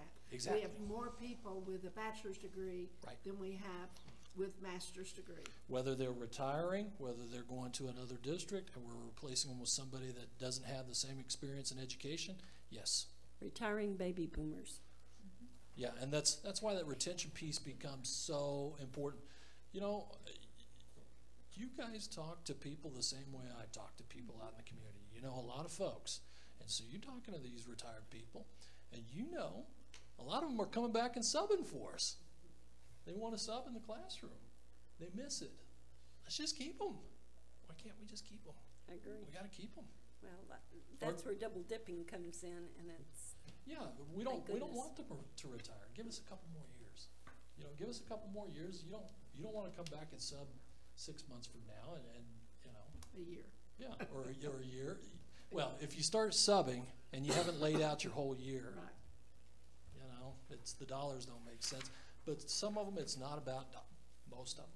It's not about dollars. Connection. It's that connection. It sure is. So you can see the trend.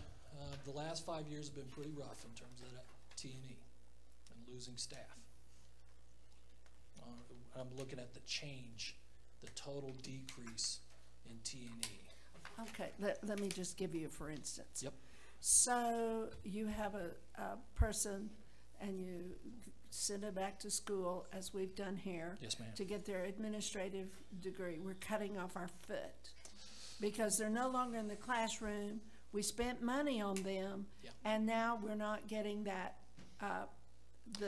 You could certainly make that argument. Okay. Now, that's a two-sided coin. I realize that, but that's my example. It's a good example. It's a valid example. But let me say this. It's equally valid that we need good administrators.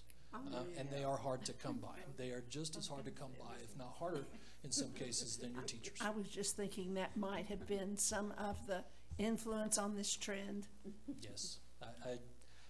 Yes, ma'am. Okay.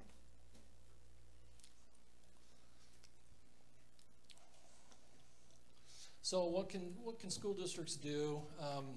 What we've been able to do as a district, and if we backed up to all those slides where we saw the last deficit was in 2009, 2010, we'll see that every year thereafter until last year was a surplus. Mm-hmm.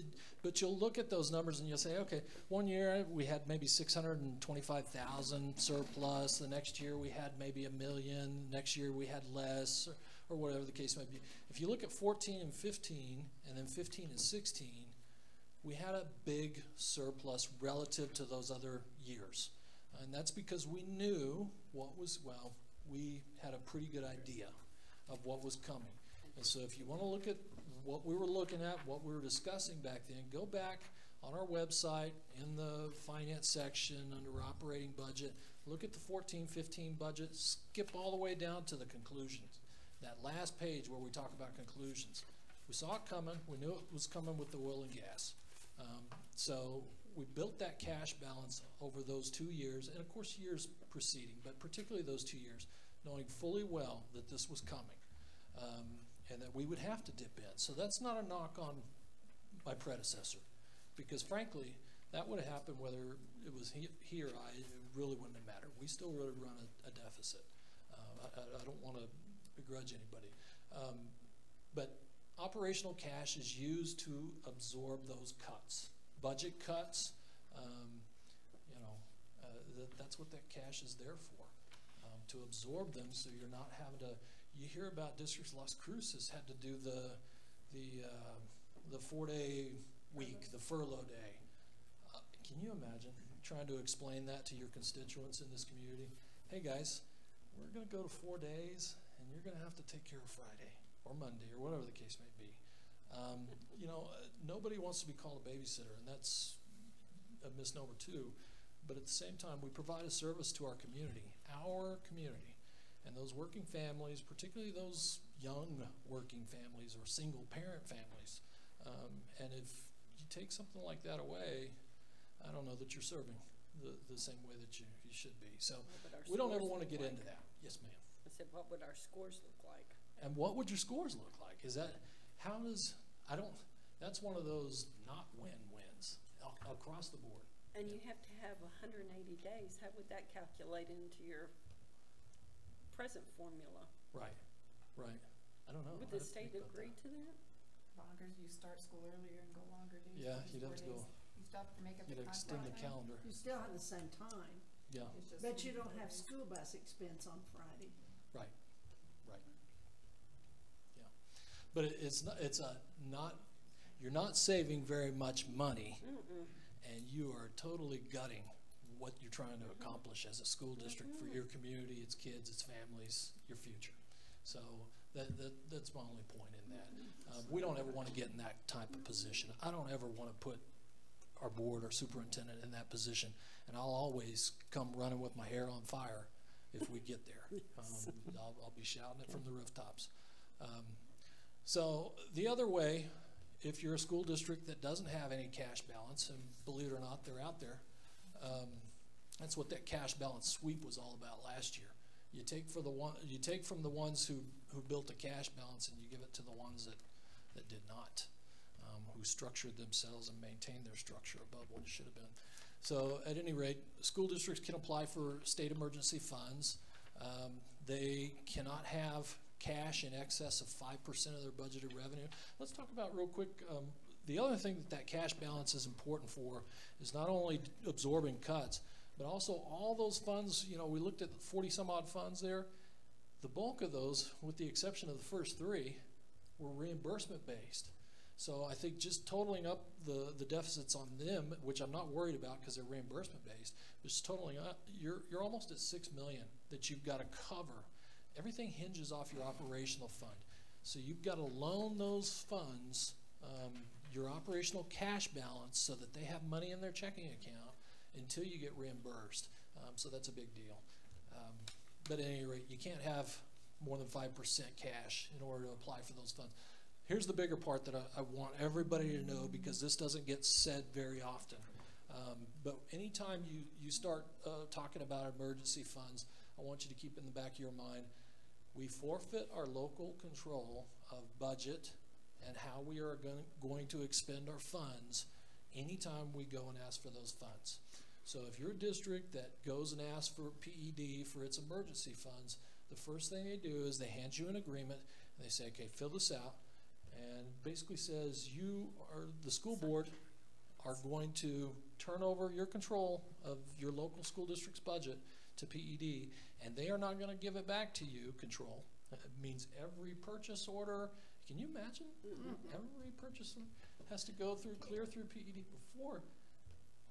At any rate, and it can take several years to rebuild that surplus in terms of gaining back control of your budget. So I just want everybody to understand that. I've heard, hey, well, if they're going to take our cash balance, let's just wipe it out. Not a good idea. You lose local control. Yeah. Effective declining operational fund balance. Of course, the operational fund balance is heavily counted in terms of our bond rating. We just went through a bond sale, so we know a little bit about that. Bond sale, we approached the markets, the public markets for selling those bonds. So we have to get rated by a rating agency. Our rating agency is Moody's. You probably heard of Standard & Poor's is the other big one. Well, Moody's has a formula that they use to determine what your bond rating is. Now, we're a AA. We're one of the very few school districts in the state of New Mexico that has a AA bond rating. The others that I'm aware of right now are Albuquerque schools and Santa Fe schools. So Albuquerque schools, one of the primary factor in that bond rating is, what is your tax base like? How much money can your tax base generate in order to repay that debt? So that's a huge factor. Albuquerque schools, we know it is huge relative to us. We're about 10% of them, no matter what. If Albuquerque says we got this many, say 10%, we're right there. Same thing with funding. Santa Fe does it on the wealth of their assessed value. So they don't have as much volume as Albuquerque does, but they have more wealth concentration within a smaller group.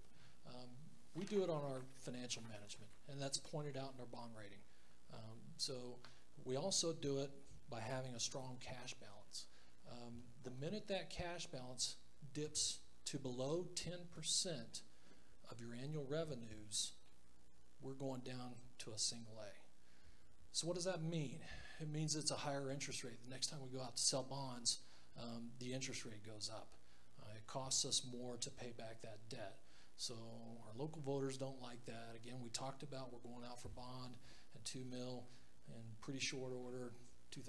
February of 2019 will be here before we know it. So just some food for thought. Recurring cost structure, we talked a little bit about that. So again, we want to make sure that we're matching our recurring revenue to our recurring costs. We can see that last year, 90.52% of our operational revenues went to salaries and benefits. 90%. Now think about that. That's less than 10% that you have left over. You still got to cover utilities. You got to cover insurance. Insurance alone was $2 million for a district this size. Liability insurance, $2 million, right?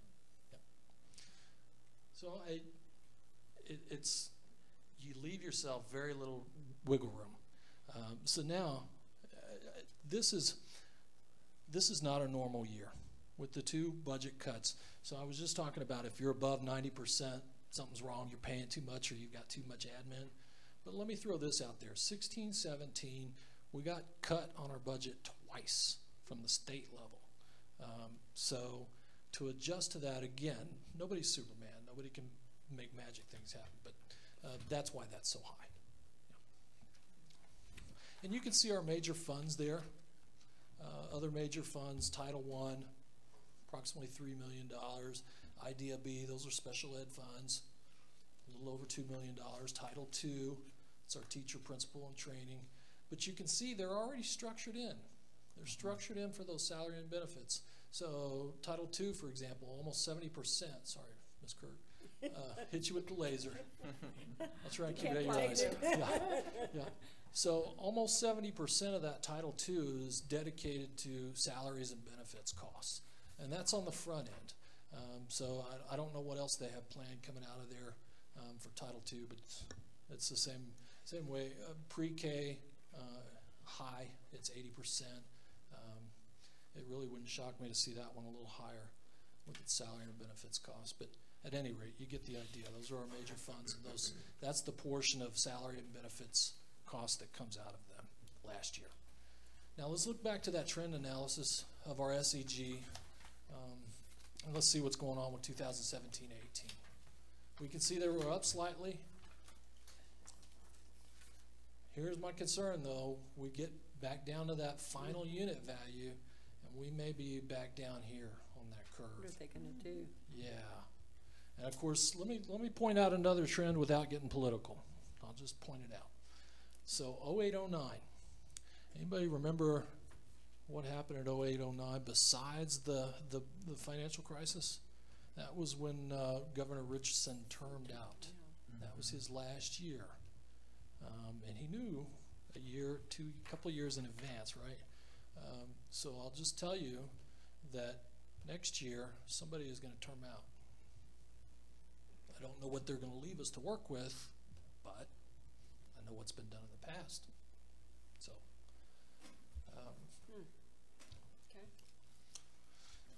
Food for thought. Yeah.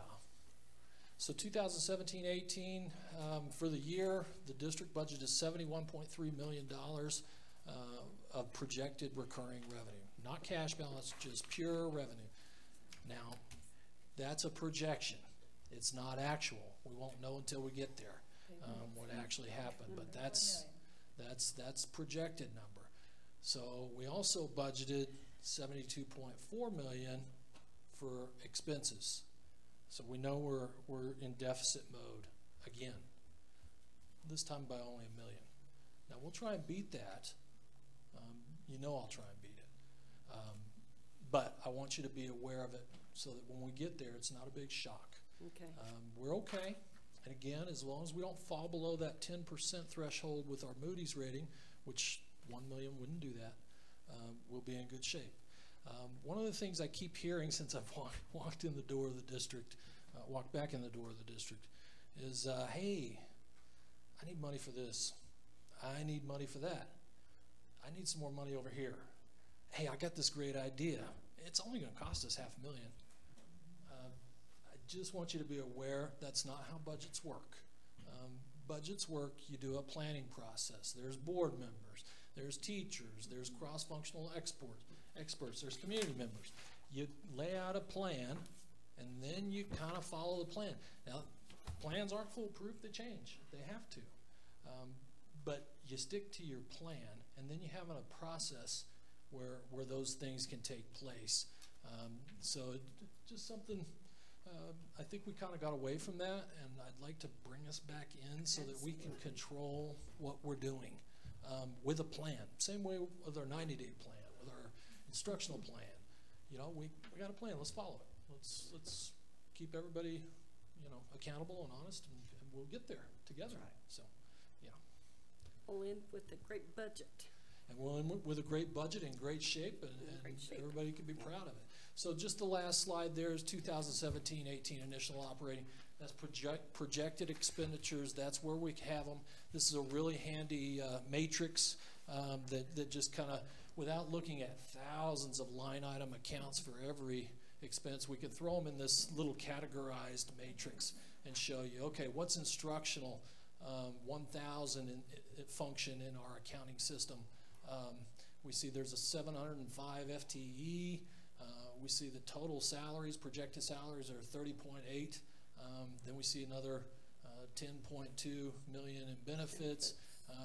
We can keep on going down the line all the way to the bottom. We can add up 62.9 and 21.11. That's 84%. So that's pretty good.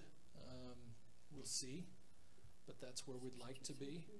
And you can see all the other categories there and the percentage of that budget that is going to it. And I'll just point out that 4,000, that capital outlay down there at the bottom, that is very minimal compared to what we would be shelling out for capital outlay if we lose that 2 mil money. So just something to be thinking about as we approach voters in the next couple of years. You'll notice that there's nothing there in the operational fund for our debt service.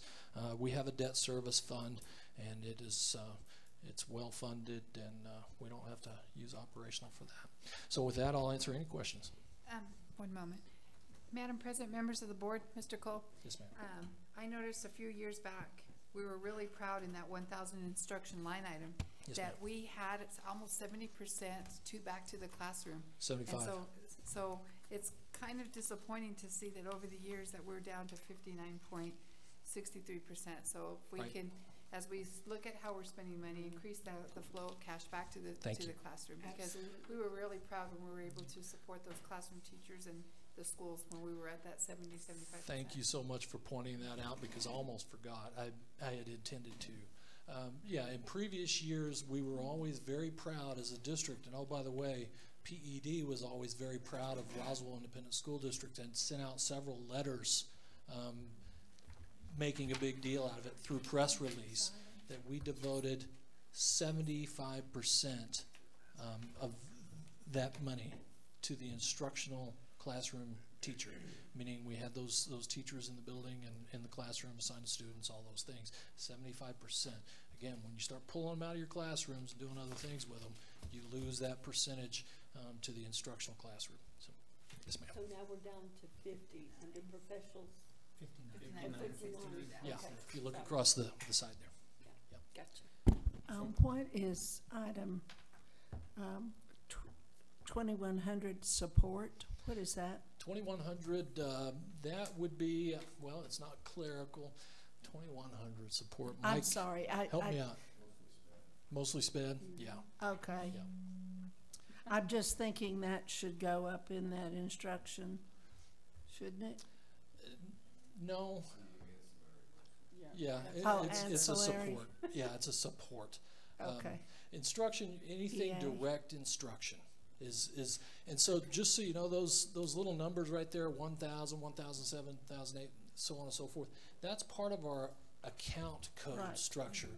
So if we were looking at this as a fund, we'd see fund 11,000, point 1,000, direct instruction, point whatever the case may be. Maybe it's a 5100 series salaries or whatever. But that's, you know, that's how that string pulls together. I told you I had a lot of questions. Yeah, keep them coming. I love them. Never be afraid of a question. Yes, sir. So we were talking earlier, you know, we're talking percentages as far as how much money we're going to use for salary benefits and all that. And I think you're saying sweet spot's about 86, 87%. Yes, sir. So we're looking at 59.3 or 59.63 here. Are we adding, is that in conjunction with maintenance and site admin and stuff like that? Is that where we're getting to that 85, 86 sweet spot? Yes. So if you look at the bottom of those first two columns, at the very bottom there's 62.9 and 21.11. That is total salaries and benefits for the district, and that's what I'm talking about when you get it. But we're looking at a different year than we were looking at in 2016, 17. So the percentage is different. And again, it's a target. I'm hoping to hit it, but depending on what happens, whatever we do. You add those two together. Okay. I was just trying to get to that mid-80s and seeing how we got there to where we're at the sweet spot.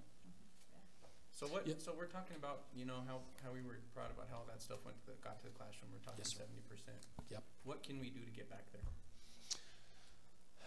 Well, I know that's the $1 million question, but it is not in the weeds. 10,000-foot view. Several $1 million question. I think you've made great gains. Believe it or not, you got to give yourself credit every now and then. Yeah. Both as a board and as administration, you got to give yourself credit. So if we're looking at what was done in the past compared to what we've done up recently, I think you've made great strides. In fact, I would be shocked if our T&E was not better, improved for the first time in over 10 years this year. I'd be shocked if it wasn't. So I think that's going to help.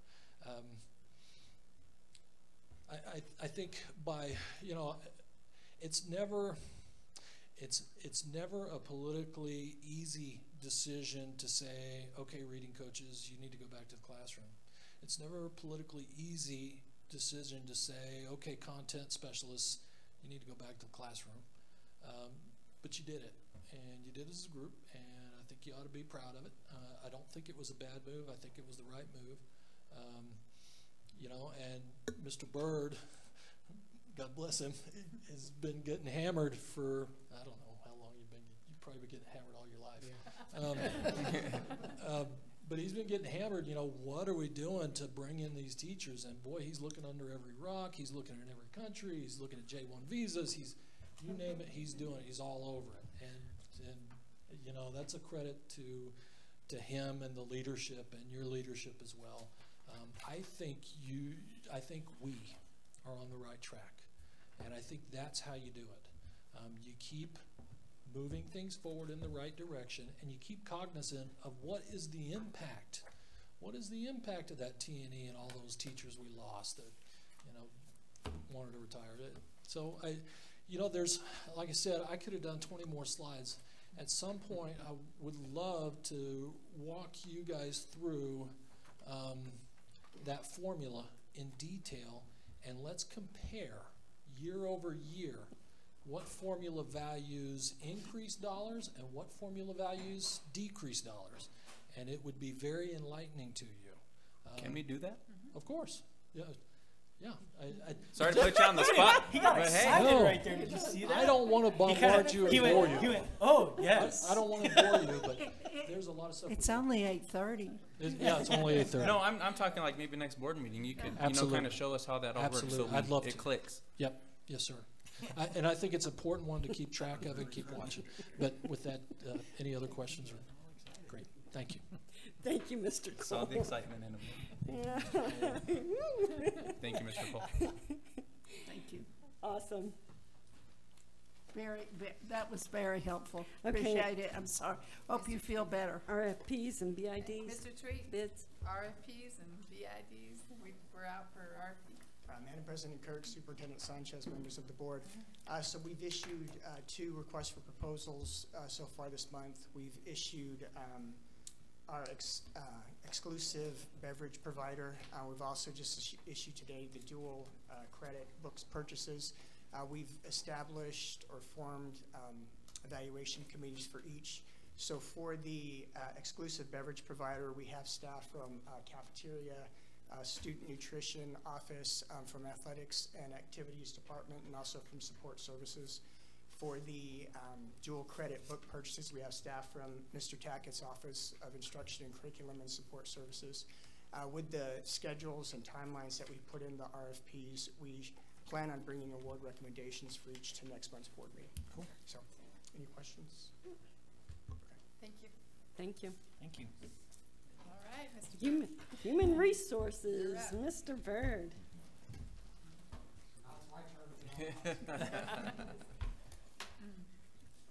Madam President, Kirk, Superintendent Sanchez, members of the board. So I know last board meeting, Mr. Sanchez had asked for some comparisons with some other districts throughout the state. And so I ended up being able to reach 7 districts that are similar in size and area to our ISD. And so we can just kind of go through this. I can answer any questions as we go along. First school that we looked at was Alamogordo, and these are just in alphabetical order. The way you're going to see it presented, this will be a level 1 teacher with a bachelor's, 0 years of experience. In Alamogordo will be paid $34,000. The red numbers are our ISD of what we have on our salary schedule. Level 2, same thing with your bachelor's, $42,000. We end up at $47,143. And then as you move across the columns, where Mr. Cole has kind of touched on our T&E index, as we move across, you'll notice that Alamogordo, $25, and then it'll increase to $50, and then $25, and then notice the big jump here from the master's plus 15 to the master's plus 45. Just the way they, base their salary schedule. And then as you kind of move along, same thing. You'll see the same kind of trend with each district, based on their starting point. And then the masters on the level 3 as we move across. And then obviously with level 3, you have to have a master's in order to be a level 3 teacher on the 3-tier licensure system.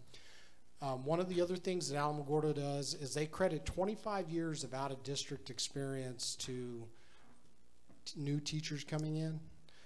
This could be even teachers that have retired and they want to come back. Right now, as a district, we only allow 18. No, that's generous. And so, 25 is very, it's kind of an incentive, as they can get onto that step.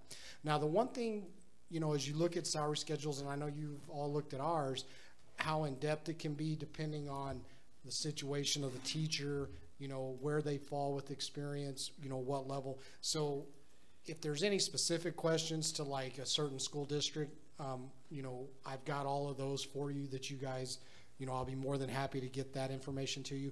I will also send these to you, these PowerPoints via email. I didn't want to be Mr. Cole and kill a tree tonight, so I'm just kidding, Mr. Cole. So I did talk to each of the either assistant superintendents or the directors of human resources at each of these school districts. Alamogordo currently has 29 openings. They have 8 in elementary, 12 in the secondary level, and then 9 in SPED. And then the other question that we talked about was, what are you doing as a district to retain teachers? And basically, with Alamogordo, they will only recruit in-state. They do not go out of state. A lot of where they get their folks is with the military base at Holloman, where they get their military transfers. So they do an open house recruitment out at the Air Force Base to talk to the spouses of coming and working, whether they're an alternative licensed teacher or they may be a teacher that has a license from another state. The next one is Artesia, and you'll notice again, our starting salary, we're very competitive. We're right there. I mean, you know, especially as we move into the second level, you know, I mean, we're able to offer, you know, $5,000 more. Artesia credits up to 16 years out of district experience. But what I found interesting as we moved along, and I'm going to move to the next slide, they've only got one opening. Whoa.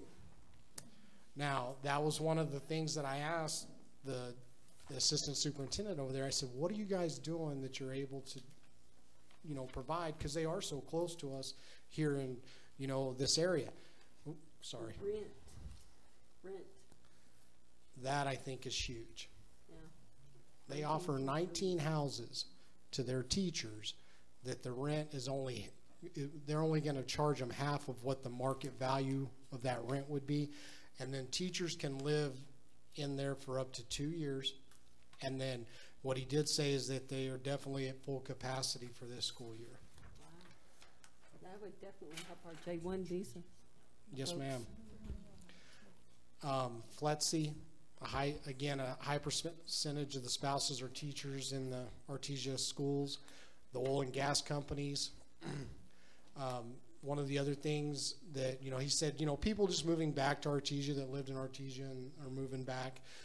The high percentage of alternative licensure. He said half of what he's hired this year are on the alternative licensure. You know what about our numbers are on alternative? I can get those for you for specifically for this school year, and I can get you a list of what we have on staff, but I can get those numbers for you, yes, sir. Thank you, sir. So Artesia, or I'm sorry, Carlsbad, the standard by which everybody talks about, you'll notice they start their level 1 teacher at $40,000. Now the bump's not quite as big as it goes to level 2. I mean $6,000 is a good raise, but you'll notice most of the districts that we look at, with the exception of Carlsbad, are going to start in the mid to high 30s. Carlsbad also credits up to 16 years out of district experience. And so visiting down there with their assistant superintendent, right now they have 3 job openings for teacher positions, all at the secondary level. And I asked her, you know, what was, you know, some of the things that they were doing. They talked about, a revamped new teacher orientation program that they partner with CES on a site program. And basically they provide, CES is providing what they call a coach for once a month that is assigned to a teacher, but they're assigned to a group of teachers, but they go in and they meet with the teacher, they observe the teacher in the classroom to provide support, and basically what they're doing is gearing that toward their alternative licensure teachers. Wow.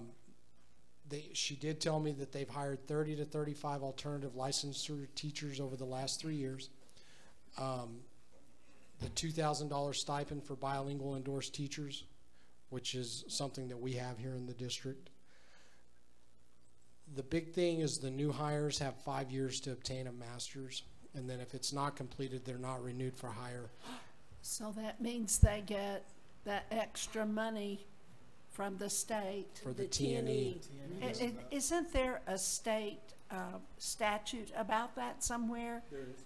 But nobody really enforces it?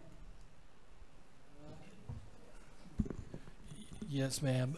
They do. So New Mexico PED does send out auditors to audit districts T&E and the personnel that compose T&E. And so if you get lucky enough to get audited, yes, they do enforce it. Do you know what it is? Do I know what? How many years you have to get a master's? No, I don't know that off the top of my head. We'll research that and get that information for you. Well, if you're in Artesia, only 5. In Carlsbad. I'm asking what the state. The state says, because statute. There is a state statute. There is a Yes. state for masters? I don't think you. What was the question? So I think I misunderstood the question. I thought we were talking about the T&E. No. Well, no. It's related to the T&E. It is, and there's a certain they're getting more there's a T&E certain timeline. because they're It's worth the research. But districts don't enforce it. So Dr. Pittman, I will look that up Would you and I will see get that. if there Yes, is- ma'am. I've read that somewhere, but I didn't think people were enforcing it. Yes, ma'am. I'll look that up and I'll get that information to you. 5 years to get a master's. In Carlsbad. Yes, ma'am, in Carlsbad. So Clovis, again, if you look at for the salary ranges, you know, we again here in RSD are paying these on these levels more than what they are in Clovis. Now you'll notice the trend kind of goes backwards on us here on our level 2s as we're okay once they get the masters, but now Clovis is going to start paying a little bit more once they hit the masters plus 15 and the masters plus 45. Same thing down here on the level 3. They're really investing in these folks on the level 3 side of it. Now with Clovis, they have 6 total openings at the moment: 2 elementary, 4 secondary, 1 sped. One of the things that they talked about was being awarded the PPP grant for this last year. Was they felt like something that was very beneficial to them, retaining some of these teachers that were highly effective and exemplary for the 16-17 school year. They also implemented what they call the Clovis Teacher Recruitment Incentive Program, which is basically, it's a $1,500 a year stipend for the first 3 years of employment. So basically it's a $4,500 signing bonus is what, in effect, what they're doing. Now, what they have those teachers do in order to earn the actual stipend, they have to go to certain new teacher orientation meetings, and they have to fulfill these obligations through the 3 years that they want to receive the stipend. The other, for their high needs area, a $5,000 per year stipend for special ed teachers. Yeah, that would help us. Yes. That would help us. 26 current J1 visa teachers in the district. And then very similar to what Carlsbad does is the new current level 2 teachers. So once they become level 2, they then have the 5 years to obtain the master's degree. And then if they're not complete within that 5 years, then they are not renewed for hire. So I'm wondering how they're getting by with that. So is that state requirement to move to level 2? You have 5 years to move to level 2? Correct. You do So you you have have to have a master's to move. you have to have a level to level 3. You have to have a master's. So basically somebody could come in and move to level 2 and they could stay there for the entirety of their career as a level 2 teacher without obtaining a master's. Okay. But the only way that they can go to level 3 is to have the master's. Okay. And then obviously Cannon Air Force Base provides a high percentage of the spouses as employees. Now Farmington, very similar to us as far as size, obviously not geographically, but you'll notice with Farmington, as we move across, we have more incentive on the level 1 side, but then as we move down here to the level 2, Carlsbad tends to, or I'm sorry, Farmington starts to take over a little bit in what they're paying as they move into the extended educational side of it. And then with Farmington, they have 25 years of out-of-district experience. Right now, they have 19 total openings, 12 elementary, 3 secondary, 4 sped. When I visited with the director at Farmington, what he informed me was, you know, what are you doing to retain teachers? First thing out of his mouth was, we're not doing anything monetarily. I said, okay. I said, so what are some of the things that you're doing if you're not providing incentive versus, you know, pay? He said one of the things they've instituted was an Employee of the Month program where they get they give various prizes to 10 employees a month based on community donations. And he says it's actually been kind of a reward program where they're really trying to boost morale through the Employee of the Month. The other thing that they said is the nomination of employees for any state award that comes out, to make sure that there's somebody out there to, you know, get recognized for the work they're doing. Right now, that he said, out of the 700 teachers that they have, 80 to 85 are on alternative licensure. So you're looking at over a little, I mean, it's over 10% of their teachers. They're also partnering with San Juan College to speed up completion of the alt license program in order for it to be completed within 1 year. And then one of the things with their recruitment, they've gone out into Michigan and Ohio. Basically, in the state of Michigan, they'll have a 1 week window where they have 5 different job fairs at 5 different universities that are within driving distance, that they go and they can hit all of those fairs in 1 week. Same thing with Ohio. Now, what he did say is that they haven't done both states in the same year. They picked one year and did the other the next. He said the only problem is just trying to get those folks out here. He said they've had, when they first went out to Michigan, they gave out 11 letters of intent. Currently, he said they only have 2 that are still with the district, and he said that was 3 years ago. Even if they move here. I'm sorry? Even if they move here, it's hard to keep them here. Correct. From those states. According to him, a lot of them don't want to be away from their moms and dads. The cost and the benefits, you have to weigh that. Right. Is it worth it? Now we have Hobbs, and again, if we look at Hobbs, you know, with our level 1s, you know, very competitive. As it moves further over, you know, with the educational portion of the step, that's where, you know, Hobbs tends to go above what we're able, you know, that we're paying at this time. And then as you move to level 2, again, kind of the same trend, and it's almost like, and Hobbs is doing a better job of trying to retain these folks early before they move them into level 2, and then it drops a little bit in their salaries, but then it picks back up with the level 3, as far as, you know, they really give a lot of incentive to those teachers. Now they'll credit up to 30 years of out-of-district experience. Currently they have 17 openings, 5 elementary, 10 secondary, 2 sped. Some of the things that they do to retain teachers, they pay the entire cost of a master's degree for teachers at Eastern New Mexico.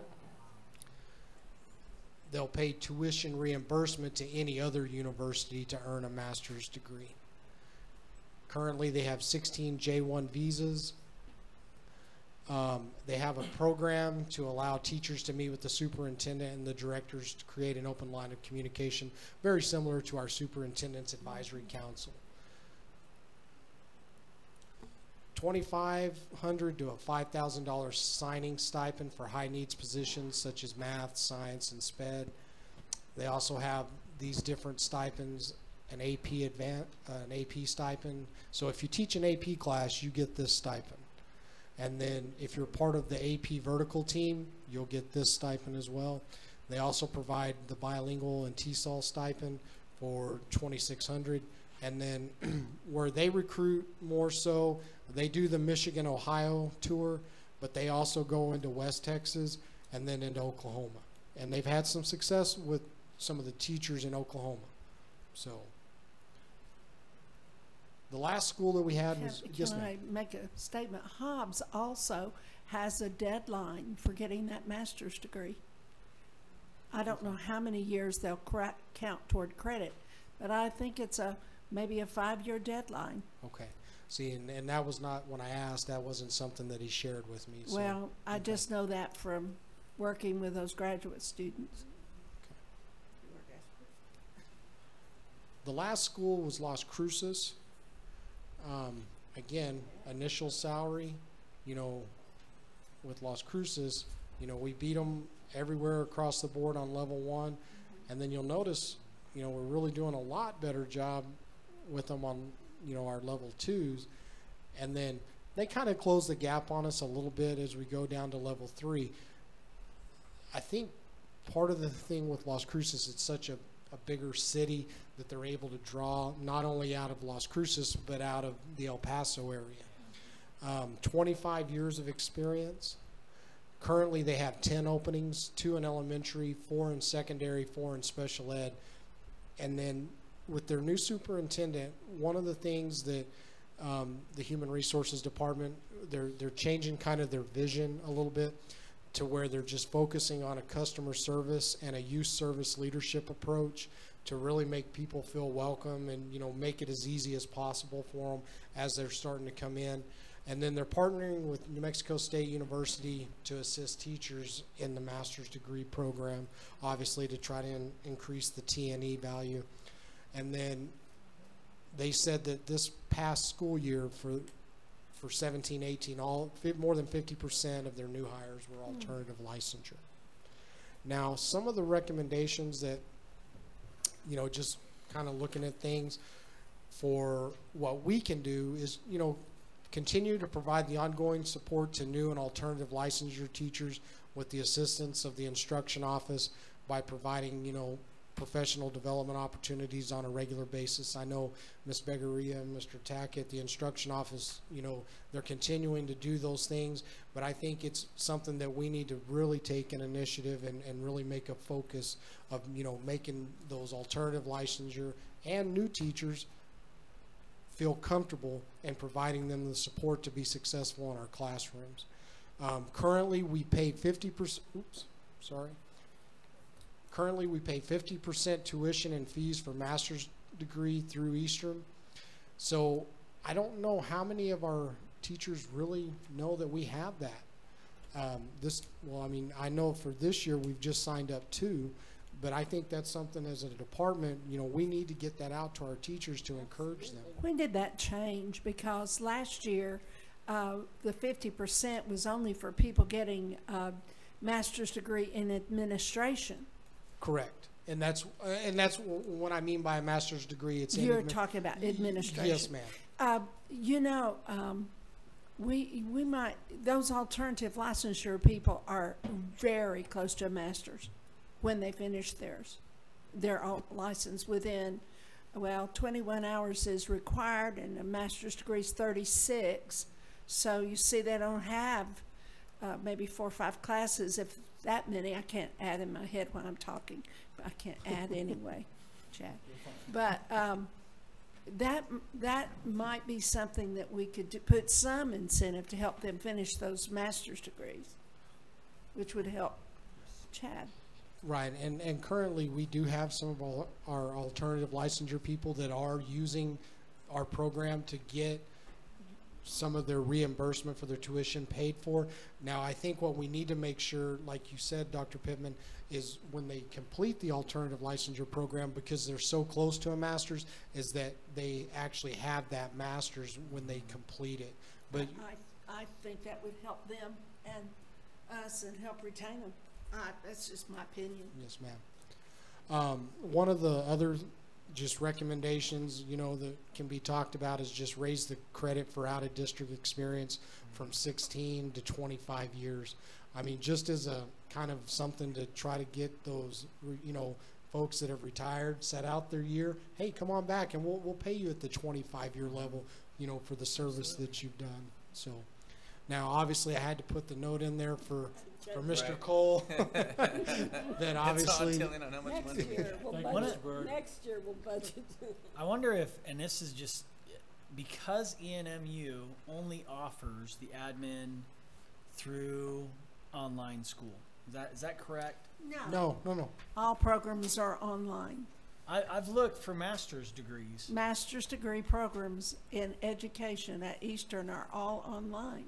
And I believe counseling is now all online. Check into that, because what I would say is because it seems like everybody's getting admin, and I mean, some people don't ever want to leave the classroom. Sure. Would it be possible if, and I may be wrong, but would it be possible for somebody, let's say somebody wants to go to a school to get their master's in curriculum and instruction, obviously we wouldn't want to pay 50% of a tuition at Grand Canyon University, because that would be very expensive. Right. But could we match what it would cost for ENMU? Is there a way for us to maybe look at that? Sure. I mean, we can definitely sit down with, you know, ENMU, because they they've done a great job of, you know, wanting to work with us. I mean, I'll be more than or happy. even saying to Right. them, yeah. Sure. Cool. Yeah, I mean, that's something we And can they have definitely. someone that's not me that's doing that now, and she can work out anything. That because another thing you may not know, and our teachers may not know, Roswell employees, teachers, get a discount automatically from Eastern. Some of you, I've seen heads nodding. Did you get that? Kirk, did you, or is he still back there? Yes. So our teachers, if they will contact the business office, they will get a discount. I can't remember what it is. Do you all? It was pretty generous. I think it was 15% of tuition and fees already. So that's been in place a long time. So let's talk stipends, and I know that we had talked about anti-donation, Mr. Cole, and I know there's some sideboards there. And what I kind of saw when we're looking, you know, at the time frame teachers, you know, we're talking level 2, give or take umpteen years. It kind of seemed, I mean, there was some schools where we were kind of level playing field, but it kind of seemed that that was the trend to where we're starting to lose the battle there, to where they're starting to beat us by a couple $1,000s here and there, whatever it might be. If I had my crystal ball, you know, and we start looking at this now, you know, increment schedule is always a good thing, and because it seems that teachers, even now, are losing money every year. So every year they get a pay, or every month they get a paycheck, it's lower. That's right. Every year, let's say that. So beginning of this year, they're losing money because, of course, we have to pay more towards, you know, premiums and stuff like that. With a combination of stipends for our core classes that, you know, we need teachers in, you know, our math we're short in, have we found out if we can actually go there with those classes, and then too with an increment schedule as far as, I think, you know, going from 16 to 25, I think is going to help, but I don't know if we can sweeten the pot with an increment when you get further down the line, because it seems that if we have teachers and every year they're not going to lose money, let's just say they stay even Steven, it might be, you know, morale boost for them. I'm just crystal balling it here, but I'm going to be the sideboards guys. You know me. I'm going to be asking all the how far can we stretch this out? It's good, and as long as you know we're being open and honest about it, I think it's always productive. So you look at those salary schedules. One of these days, let's pull out a couple of salary schedules and just look at them. And so what you see, if you've been studying these things, okay, when I move from this level of experience to this level of experience, you know, and on down the line on whatever salary schedule you're looking at, level 1, level 2, level 3, there are jumps that make absolutely 0 sense. Like to move from one year to the next and only see $1 raise. Right. And one of the most, you know, common things that we hear from our teachers is that's a slap in the face. And I understand that. I get that. But how did those salary schedules develop? They are years and years and years of chaotic development. And when I say that, what I mean is you're constantly, every year, taking these things to a negotiating team, so a collective bargaining group. And it's, you know, pull and tug both ways, and you come up with all these hokey ideas until you finally settle on something the district can afford, basically. So you get all these weird things going on with these salary schedules, and I promise you, that is so many administrations and so many years of that kind of negotiating that just, you know, you're just trying to get to where you can afford it. That's how they've developed. So that's problem number one as far as I'm concerned. If I had a magic wand and a crystal ball and all those things, first thing I would do is try to attack those salary schedules. First thing I would do is what makes sense in terms of how much we're going to get funded, particularly at the back end on those level 2s and level 3s. What's the you know, it's kind of like looking at solar panels. What's the cost benefit?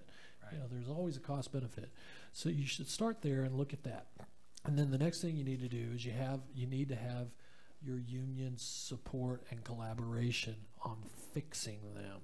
And we were awful close, not last year, but the year before last. Now the problem is a fix for those things would probably cost you more than you can afford. We already know we're in deficit this year. We were in deficit last year. So ideally, what the finance person would want to see is a one-time deal for this year to get them above cost and get them a little money in their pocket. So that's, somebody like me would probably want to see that. Personally, I'd like to see a one-time deal until we know what's going to happen next year. When the governor terms out and budgets are up in the air and we don't know what's going on with oil and gas and all those things. I'd probably want to see a one year, one-time deal until I knew a little bit better what the next administration and those budgets were going to look like. But ultimately, you'd want to start by fixing your salary schedules. That fixes everything. Exactly. So, but you need help. And Mr. Cole, are we still doing the longevity incentive? We are. So we have several incentives. Matter of fact, we've still got the moving incentive. I can't remember how many, 300 miles. I think there were 3 different ones. We've got those incentives there. It wouldn't hurt to look at a one-time incentive and then, well, that's just speculation on my part. But yeah, that's what I think about. So that helps offset. It does. Yeah, and at those critical points. Yes. Yeah. And the nice thing is, those are things that, the PPP grant, I'll be honest with you, from a financial perspective, I didn't like it. I should have, because it was more money to our district.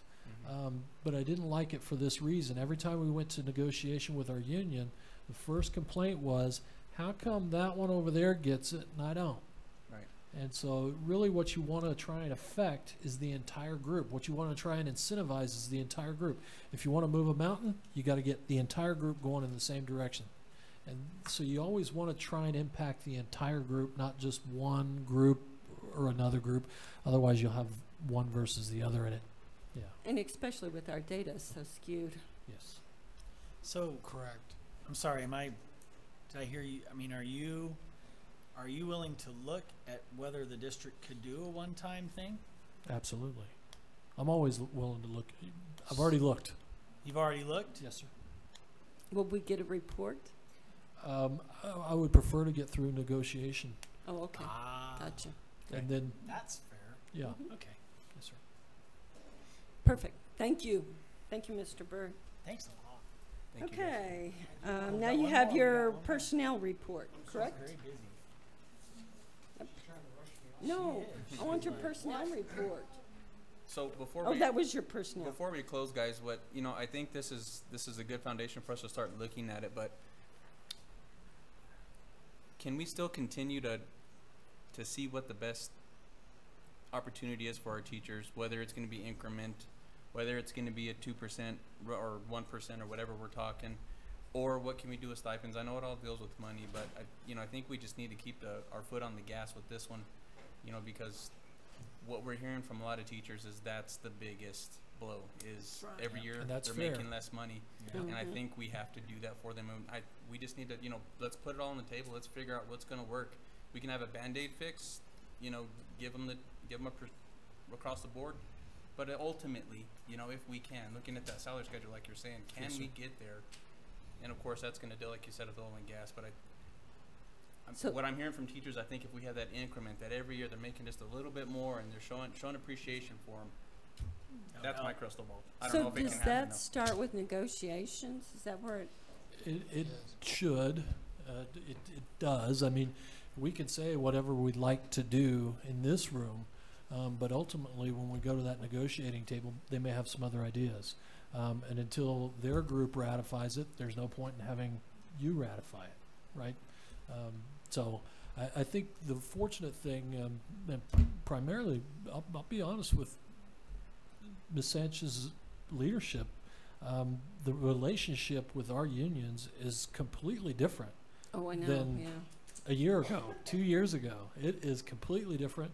So I think the possibilities are endless in terms of what we can fix and how we can put this district back on track in the next couple of years. I believe that. I'm all in. I know she's all in. Mr. Bird's all in. none of us has anything to gain by not being all in. So, Correct. yes, sir. Well, we're Appreciate it. close to Thank you. ratification, aren't we? Yes. I just got an email from Ms. Dawson. And thank you Yeah. for your homework on that too. Oh, not That a was- problem. That told the story. And so just what I handed out to you is just a calendar of the job fairs. Mr. Trujillo has been working tirelessly to find places to go recruit. Thank you. Unfortunately, the fall, there's not a huge number, but hey, she found some. So this is a list of what we're doing here in the fall. We're going to definitely expand that. I told her, I said, you know, in the spring, I may not ever see you because she may be out on the road recruiting all the time. But, you know, just some other things that we're trying to, you know, reach out. You know, two of the new ones that we haven't been to is San Marcos and then Kingsville and Corpus Christi. You know, and then with some of the situation down there with the hurricane, you know, there may be folks looking to relocate. Relocate. Yes. Mhm. So We I don't just have wanted hurricanes to. here. Yeah. And I just Or wanted to share tornadoes. this. But it blows 70 miles an hour for about 3 months, so I don't know. But no tornadoes. Yeah. Thank you. Thank you. Yes. So the next request was on the coaching increment comparison. So Mr. Hudson tonight was not able to be here. He was monitoring the volleyball game. And so he sent out an email to all the ADs here in New Mexico, got back a lot of information. We got a lot of small school information, which didn't really pertain to, you know, the size of the district. So of the ones that we did get back that, you know, we felt like are very similar to the RISD. So each one that you'll see by sport, you'll have Clovis, Lovington, Kirtland Central, Gallup, APS, Aztec, Hobbs, and Artesia. And then basically this is the amount of the increment that's given to each sport at those different districts.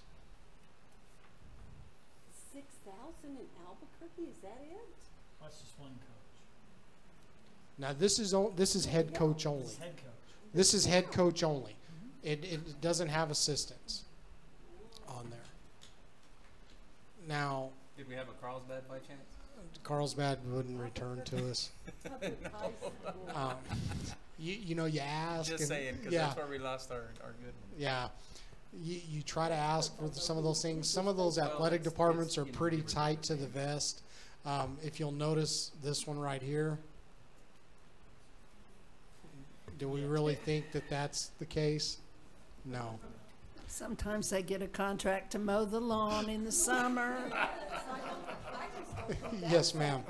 That's exactly right. Artesia football. So what I will tell you with Artesia, that is the stipend they pay to the coach, but they also have an extended day contract with that coach. That's almost more important than voting for your mayor. Yeah, so you'll have a 40-day. Coaching the football team. So basically, the contract is 40 days at their daily rate. So if you estimate at $300 a day, you're looking at $12,000. So Hobbs is the same way. So really, you kind of have to take these two with a grain of salt. Now, I do know Clovis, obviously, that's a hard amount, just an increment. Same thing with Lovington, Kirtland Central, Gallup, and APS and Aztec. Is ours a hard amount? Or do Yes, we ma'am. have them mowing the lawn in the summer? We could. Yeah, we could. Yes, without a doubt. So that's your football. Now we look over at volleyball. Again, Clovis stays right at the top. Gallup at 7,000. We're at 65.96. And then again, Artesia. No, that's you got extended days in there. But that's kind of a rough estimate is where we're at with those schools. You'll notice Clovis, they pay the same amount to their volleyball coach that they do their football coach with their increment. Okay, boys soccer. They didn't want to give us any information on their boys soccer. I don't know why they did it. 4,500. Probably. And it may just be the 4,500. So you're looking at, you know, Clovis, Hobbs, you know, Kirtland Central, Lovington, you know, they increased that. Now, they're all similar with girls, the same amounts. Do we have any trouble finding volleyball coaches? We don't have trouble finding head coaches. We have trouble finding assistant coaches. So your cross country,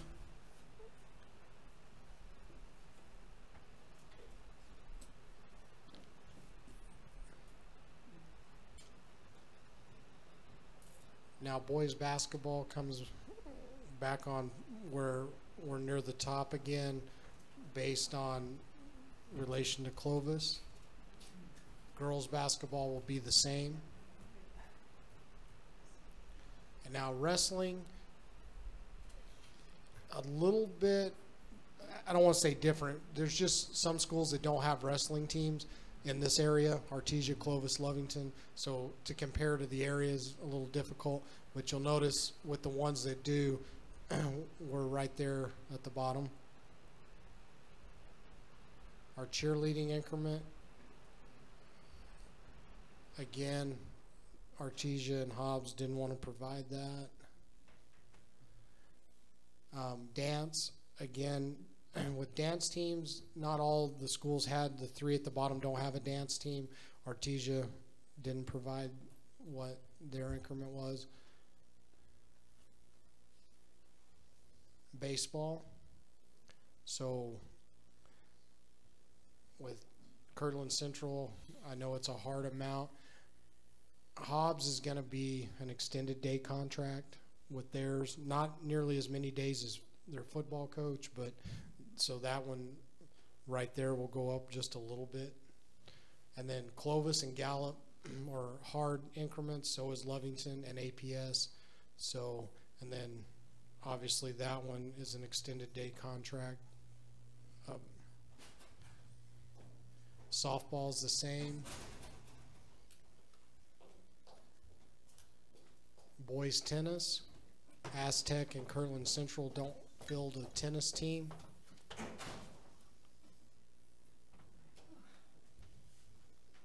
Girls tennis, same as far as amounts, so equal in the Title IX. Boys golf.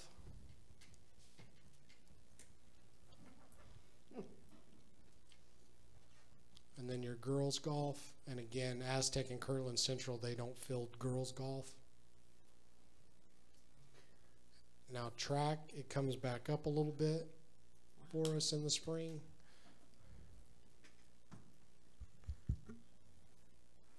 Now, proposed recommendations is to sit down and with the assistant superintendent for HR, finance, athletic director, the high school coordinators, the principals and coaches to review the possibility of increasing coaching increments. If that's something that we would like to do. I think it would be good. I don't know that we have, it's hard for me. I looked at those numbers and I'm like, okay, some coaches just make a whole lot more money than others. And I think that's a problem. And I was noticing in a lot of the districts, they were a lot closer. And I get that football's a big deal here. I get it. But, you know, for parents that have, I have one kid that plays soccer. That's it this time. And but for parents whose kids play volleyball or whose kids golf or whose, you know, those coaches are required to have the same set of standards as a football coach or a basketball coach. And I think to me that's a big deal. I just want to see, you know, if a coach is going to leave here because they can make more money in another district, they're going to leave here because they can make more money in another district. I don't think we need to match those district funds. I think for me the big thing is the discrepancy between this sport and this sport. It doesn't, and I think if it's just as much time, well, who cares how many people go to a game? Because the people that go watch their kid play golf are just as enthusiastic about that as the other people that go. So that's where I struggle with it. And, well, and I'm, you know. I may throw something in there. It's not only the purse that it brings in, but the amount of players. When you have a coach coaching 30 players versus 5 or 6. But look how many assistant coaches are in football. Look at that. It's not just the head coach. Well, They've got well, assistant, I'm assistant. talking Oh, like okay. soccer and Oh, yeah. and your other track. Oh, and, okay. Well, I thought you were Right. bringing up football. No. It's okay. I like football. I go to Oh, I do football. too, but- I just think we just need to look at Look at that it. and just Okay. make sure that our coaches that are doing other sports are getting this, getting a little something to say, yeah, you're coaching a sport. I mean, it is true. When you got soccer, you have 25 players and you have 3 coaches. Well, And you so- know, and I agree, and I think one of the things that we could even look at is, you know, giving an incentive for experience. Because you have a coach that's been in it for 25 years making the same amount as a first or second year head coach. You know, where do we provide incentive to want to keep coaches, you know, that, you know, after your first 5 years, hey, you're going to get a little bit of a raise in your stipend, you know, and so just kind of things to, you know, think about and, you know, try to. Well, how many years has it been since we've looked at the salary schedule for coaching? Said at least 15 or something. Oh yeah, it's been a long time. And you know, when you take out retirement and you take out all the insurance and everything else that's going to be taken out, $700. this is just not very much money. Well, yes, ma'am, I'm that's not going true. to do it. No, Yeah, you're they don't you're- do it for the money. Yeah, They you're know. about 10 cents an hour, 5. I mean, just depends on how many hours you're willing to put in. I would love for us to get a task force together to at least look at Okay. it and see if we can maybe Balance. shorten the gap, Yeah. balance Okay. it out a little bit. Okay. Because I think when we looked at that, we saw some red flags, of course. You know, where Right. we were the lowest. I mean, maybe if we can bring that up to standard, just so. Yes. I think it is, of course, showing appreciation for those coaches, so they understand that we're, Right. Thanks for we're doing that. fighting for Yeah. them. But that took a lot of work, and thank you. And again, what I'll do is I will email both presentations to you guys. That way you'll have them for your future reference. Thank you. Thanks a lot. That was Thank you. great. Thank you, Mr. Bird. Thank you, Mr. Bird. Excellent job. Okay, so that concludes Mr. Bird's presentation. Now we're on to board communication. Mr. Sanchez. Wow, that was very informative, guys. So, one, I want to thank everybody. One that listened to me last board meeting and brought all of this stuff to the board and presented. And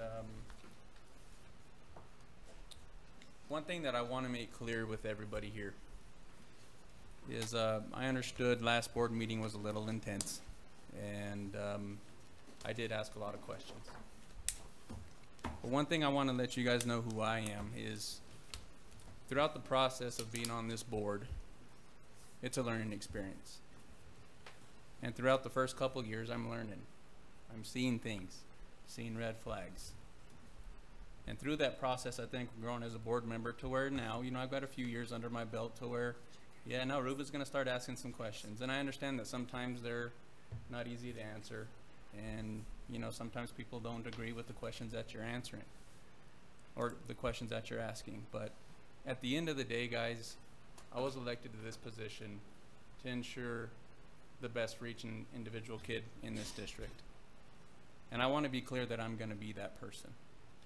Now, I understand that last board meeting, you know, there were some concerns, you know, and I heard some stuff, you know, after the fact too, that, you know, maybe we had a little bit of reactive situations happening. But I want to be clear too on what was asked. It wasn't an attack on anybody.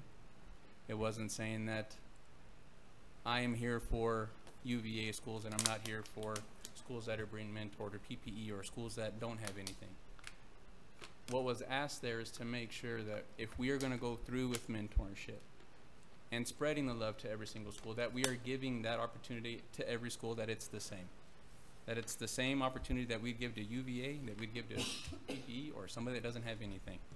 That was the intent of that. I want to be clear to everybody that it's not one side or the other with me. It's making sure that everybody has that opportunity to grow, and we're sharing the pie equally. So I want to make that clear with everybody. So I want to say thank you for putting up with the 4-hour board meeting, or 5-hour board meeting last month. But I wanted to also portray to the board and Superintendent Sanchez that, you know, that I am part of the team, and I'll never be that rogue board member. But there's going to be times where I have questions, and please put up with me. And please understand that it's that I'm doing it for the children of this district, and it's not to attack anybody. I'm not here to attack people. So thank you guys for that last month. And then also want to touch on some things. So lately we've been meeting with the schools after hours, and one, I think that it's a great thing. We're getting a lot of good feedback from everybody at the school. And one of the concerns that has come up, and I don't know how to answer this question, is, you know, we come in and we do our introductions and all that good stuff, and what we're trying to do there is get good feedback and have great dialogue with the teachers. And that is what's going on, what's working, what's not, how can we help you? That's the biggest thing that we're trying to get from each and individual school. What's going on and how can we help as a board? I know sometimes we'd love to have the magic wand, as I always portray, the magic wand or the crystal ball, but you know, sometimes we can't do everything. But at least we know what's going on, and then we can relay that to our interim superintendent, and then she can look at that and see what she'd like to do, because ultimately at the end of the day it's her decision. One of the things that has come up is we ask administration to leave, and it's kind of a double-edged sword, you know, because on one aspect, we did that in the past, and when we had administration there and we asked questions, it's kind of quiet. And then if we asked administration to leave, then we just had this outpour of what's going on. But what I also want to maybe ask the board to look at is, I think maybe some principals want to be involved also, and maybe we can bring them in. But I just want to make sure that if we decide to do that or not, that we're still making sure that we're getting that feedback from everybody. And, you know, nobody feels that, you know, they have their supervisor watching over them. So that was just one thing that came across. And one thing I didn't want to portray is that we're trying to, you know, we don't want the principal there, we don't want administration there. We do. You know, we want your feedback, but I don't have the right answer there. But if they want to be part of it, great. I just want to make sure that if we have everybody there, we're collaborating and we're understanding what's happening in those schools. So, also, I've been Mr. Note Taker when we're at the schools, and you know, I've been getting some good information. And one thing I wanted to talk with you, Superintendent Sanchez, is when I get these, you know, I'd like to get you the information, because there are some things there that you should be aware of, and maybe that you can look into. And I don't know if it would be best to maybe just feed you that information as we visit the schools, or if you maybe every quarter or at the end I can give you everything. I just want to make sure that you're getting that information and that you have time to look at it, digest it, because I know you're very busy, and I want to make sure that, you know, those are getting to you, but I don't want it to be overwhelming. But it is some good information. Madam President, members of the board, I would love to get that feedback after each site visit so that it doesn't come overwhelming, but at the end of the day we will collect it to see where there's similarities in what we're seeing across the district. Right. So if we need to incorporate that into our 90-day plan, or if there are individual sites and different things going on, but I would really appreciate the information after each site visit so that we could start addressing some of those issues immediately. Okay, thank you. Thank you. And then in closing, we've had some people come forth and talk to the board lately regarding, you know, some concerns that we're aware of. And then I just wanted to maybe reach out to the board and or Superintendent Sanchez and just maybe ask how can we reach out to those people and let them know that we're looking into things. And you know, one thing on this board meeting, you know, we asked to see if we could put it onto the board, and I know that we probably had some conflicts, you know, regarding personnel or legal, and I understand that. But maybe just how can we contact those individuals and let them know that we are looking into it, or we have some answers for you. So that was one thing that I wanted to make clear also, was when we talked to them, I specifically said that, you know, we're going to look into this, your voice is heard, and I just want to make sure that we're following through with that. And any ideas that you have, Superintendent Sanders, would be great. But I just want to make sure we don't forget about that. Well, may I piggyback off that? Absolutely. Do we, when they sign up to, do you make a personal call to them, Ms. Sanchez? No, I haven't, Madam President, members of the board. I haven't had that direction. Yeah. That might be a way to reach out and let them know. I don't know if that would be something that would be interested in supporting. Madam President, members of the board, one of the things that we have to be careful on is with our legal counsel and what can be shared and what can't be shared. Right. Many times in the situations or the matters that we're talking about, it's many of my press releases are there's no comment. It's a personnel issue, but I can assure you this is the district takes these matters seriously, and we have addressed disciplinary action has been addressed. I mean, we have very limited because of the situation and where these cases may go. And so I'm very limited to share any of that information. So I don't mind making a call, but the phone calls would be something like that to your constituents as well. Just kind of vague. Would it be enough, or could we maybe visit with those individuals, like if they came in and, you know, they portrayed their concern? Could it maybe be you and that individual meet, and you can talk about their concern, and then you can let them know what the district stance is and where you're going, or is that pushing or at least tell them what we're doing to address the situation? Because normally what I would do is, you know, we would say, you know, Superintendent Sanchez, could you look into this and maybe meet with that individuals and collaborate and make sure, you know, they're getting their questions answered and we have some progress. And they feel valued. Absolutely, and those are the types that I meet with on a regular basis. Many of you contact me, and I do make direct calls, or I ask the principals or the people involved to contact them to ensure, and then I follow up with the board members to ensure that it's been resolved. But many things that we can do are things that we are doing to be able to address it. Like, for example, so the cultural sensitivity, we are doing some assemblies. In addition to assemblies, we have HR that is looking on for some videos, for training videos for staff. So if we ever come across anything, that we have some things that we're doing that are going to address these that we haven't had in the past. So yes, absolutely, I don't mind visiting with any of our constituents in any of our districts to say these are the things that we're doing. But I may be limited to say how we're handling, but absolutely where we're going in the district. Right, and I think that would mean the world, so that at least they understand that you're looking into it. See, I feel the same way. I think Mr. John,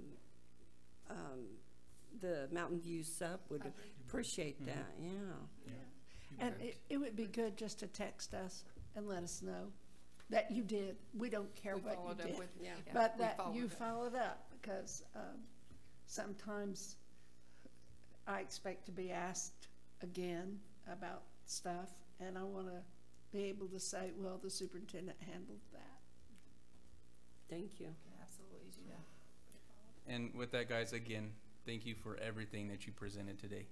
My head is spinning right now. I can't tell you all the ideas that I've got going on here, and I think everybody else on here too, including our superintendent. So this is going to be some great collaboration, and at the end of the day, we're going to do what's best for our kids. So, so thank you for everything that you guys did these past couple weeks. I appreciate your time. Thank you. Thank you. Mr. Getty? Yep, I'll say the same thing. Thanks a lot. That was some really cool information. My head isn't quite spinning, but I haven't tried to go to sleep yet. I wanted to just say a couple things.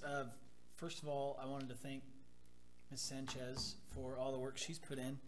And also, one of the things that's hard for me as a school board member is sometimes I make phone calls or texts, and now I have these contacts, and I'm like asking questions about stuff that's not really school board related, but it is.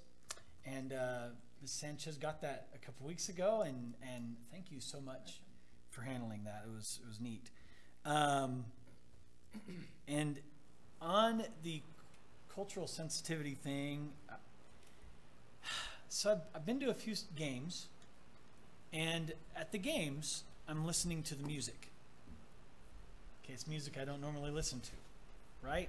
And it's a local radio station. There's issues with the music that our kids are listening to on a daily basis, and they're listening to it at games. I don't know that there's anything we can do about that, right? Because they've got to have, I think it's good for them to have music while they're practicing, and it creates an atmosphere. But as I was sitting there at one of the games, I'm listening to one of the songs, and honestly, I'm old enough now that I can't hear all the words. You're lucky. But I heard a few words very distinctly and went, we can't have cultural sensitivity in our schools if at the fields this is what's being played. And so I don't know what we can do about that because they are mostly playing local radio stations, and I get that, but, and I don't know that we can provide iPads or iPods and do checks and do all that. It's a lot of work, but I think just, if we're gonna do that, we need to, and since we're doing the assemblies at the high schools, which I'm hoping I get to go to one of them, I think that, by the way, good choice. Went to his website, checked everything out. Looks great. Looks great. So yeah, so just, I don't know if maybe that's something we address with our coaches. Madam President, members of the board, I know when this has been brought to our attention before, I know the basketballs, when we use the music in the gym, Mr. Burden, you can help me out. We do monitor the music, and they have tapes. We don't let them play the radio station. It is programmed music ahead of time.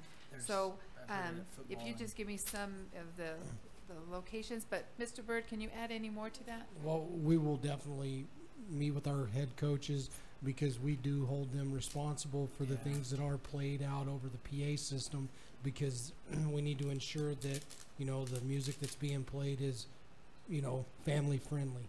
Yeah, and again, it could, I mean, you know, I heard it I heard one at a football game, which shocked me. Right. And then, Okay. you can hardly hear the ones at the football games. And then I heard one at a soccer game, and I heard something at a middle school. Might have been volleyball. Well, okay. And so it's everywhere, and you know, I know what the kids listen to. I get it. There's nothing Those wrong, darn kids. There's nothing wrong with 80s music to be played still, right? Some of it. Like, we'll talk later on that, because the other day I tried to play an old 80s song, and I went, oh my goodness. You got to introduce them to Credence. Change their lives, I promise. I'll just stick with Keith Green. He works great. But thank you again for everything you guys are doing. I appreciate so much. So that's it. Thank you. Thank you, Mr. Getty. Dr. Pittman? I want to respond to Mr. Geddes. You know, our kids come from varied environments.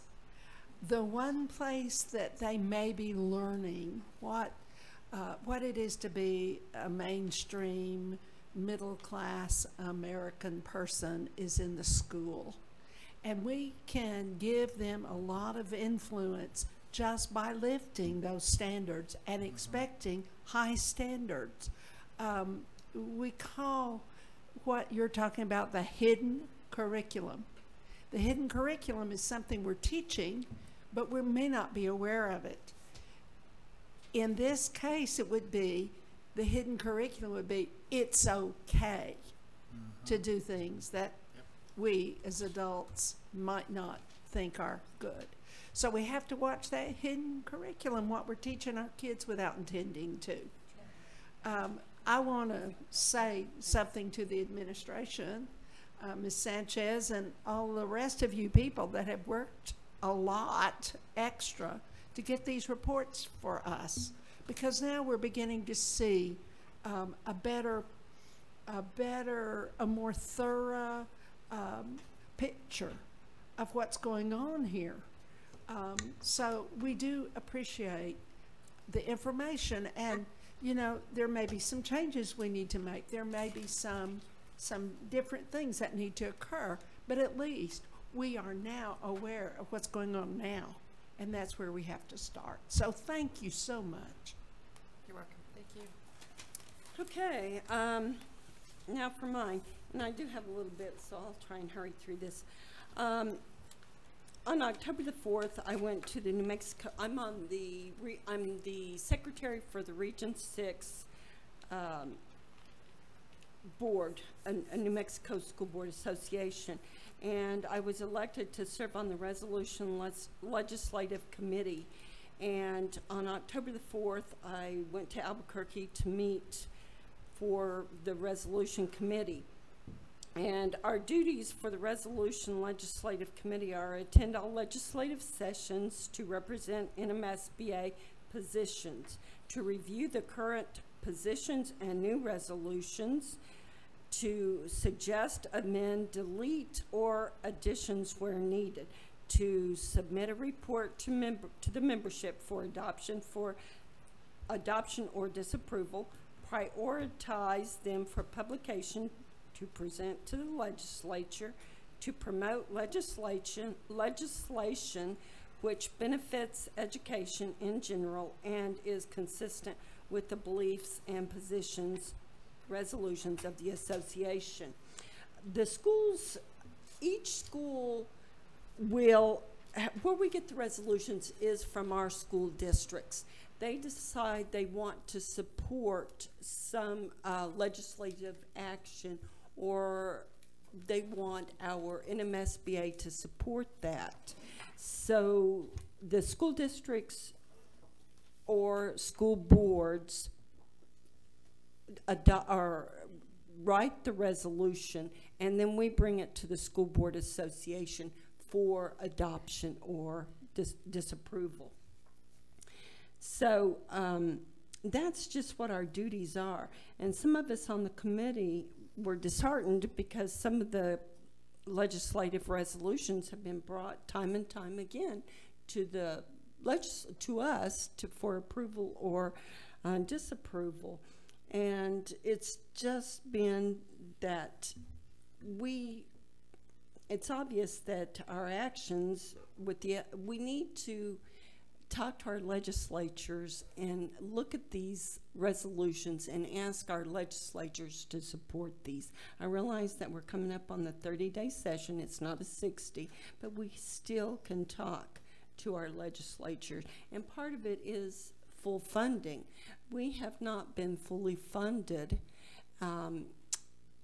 Our districts haven't, and that has been a huge, but there are several that we are supporting. And if you want a copy of them or to look at what the resolutions are, I suggest that you go to the NMSBA website and look at all the resolutions that we are looking at and have adopted, and then what we are supporting. But that would be a great school board members for us to talk about too. And if there's anything maybe for next year that we want to look at supporting any resolutions. The next thing I have is staff visits. Yes, we went to CLC, GHS, Bruno Middle School, University High School, Early College, and then yesterday we were at Mesa Middle School, which were they're not campus visits anymore. I mean, we don't do campus visit. We do visits with the school district, the staff. And I really want to apologize to Ms. Sanchez and the principals and admin staff for changing the format of the meeting. I take full responsibility for that. I was under the impression that I was following past practice, but I guess I wasn't. It was brought to my attention that the admin and Ms. Sanchez, the interim superintendent, stayed in the meeting. That had not been my idea of what happened in the past. So I completely apologize. I own that. For transparency purposes, I apologize because I want us all, like Mr. Sanchez said, we just want valuable information. We want the staffs to know that we're there to listen. Of course, our job is very limited. We don't have the scope of abilities to do a lot of what's going on or what they're asking, but we do have ears that we can listen. And then, yes, we can provide the information to Ms. Sanchez after each meeting with the staff. A couple of things have happened.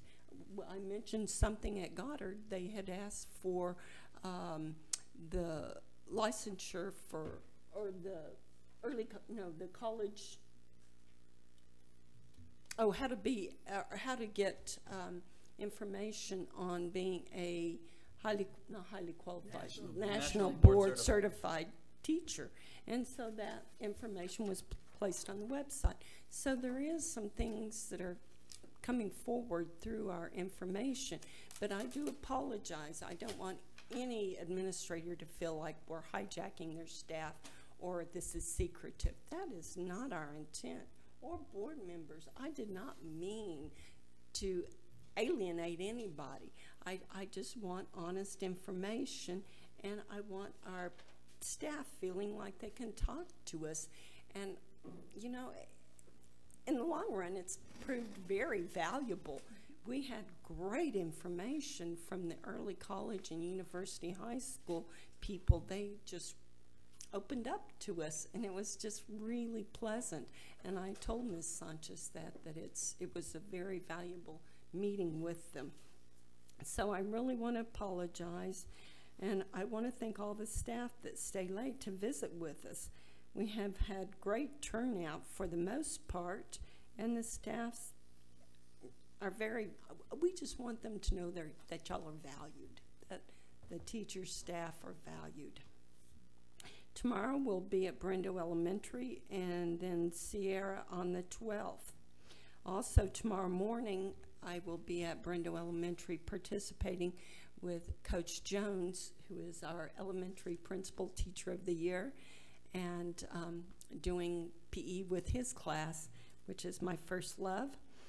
And thank you, Coach Jones, for inviting me. And then Friday the 6th, we celebrate with on Friday the 6th, I celebrated with Monterey with their B school status. So everything they had was Mr. Torres, the food for the luncheon started with a B. They had brisket, they had broccoli, they had bread, they had brown tea. So thank you, Mr. Torres, great job, and I look forward to celebrating with the rest of the schools. And I know that Ms. Sanchez provided us with some information on celebrating A schools too, so I look forward to that. But having said that again, I want to apologize for the way we held our staff visits, so we will be looking at that as a board and deciding with Ms. Sanchez how to move forward. I didn't mean to alienate anybody. I just want valuable information. And with that said, do we have anything else? Any new business, old business, any committee reports? Nothing. Okay. This ends the agenda. May I have a motion to end the regular board meeting? So moved. Mr. Getty made the motion. That was Mr. Sanchez. Oh, I'm sorry, Mr. Sanchez? But I'll second. Okay, Mr. Getty, second. I appreciate everyone out there listening and staying tuned. And may I have roll call, please? Ms. Kane. Mr. Edwards? Mr. Getty? Here. Dr. Pittman? Here. Mr. Sanchez? Yes. Ms. Kerr? Yes. And it's 9:41. Thank you all so much. Thank you.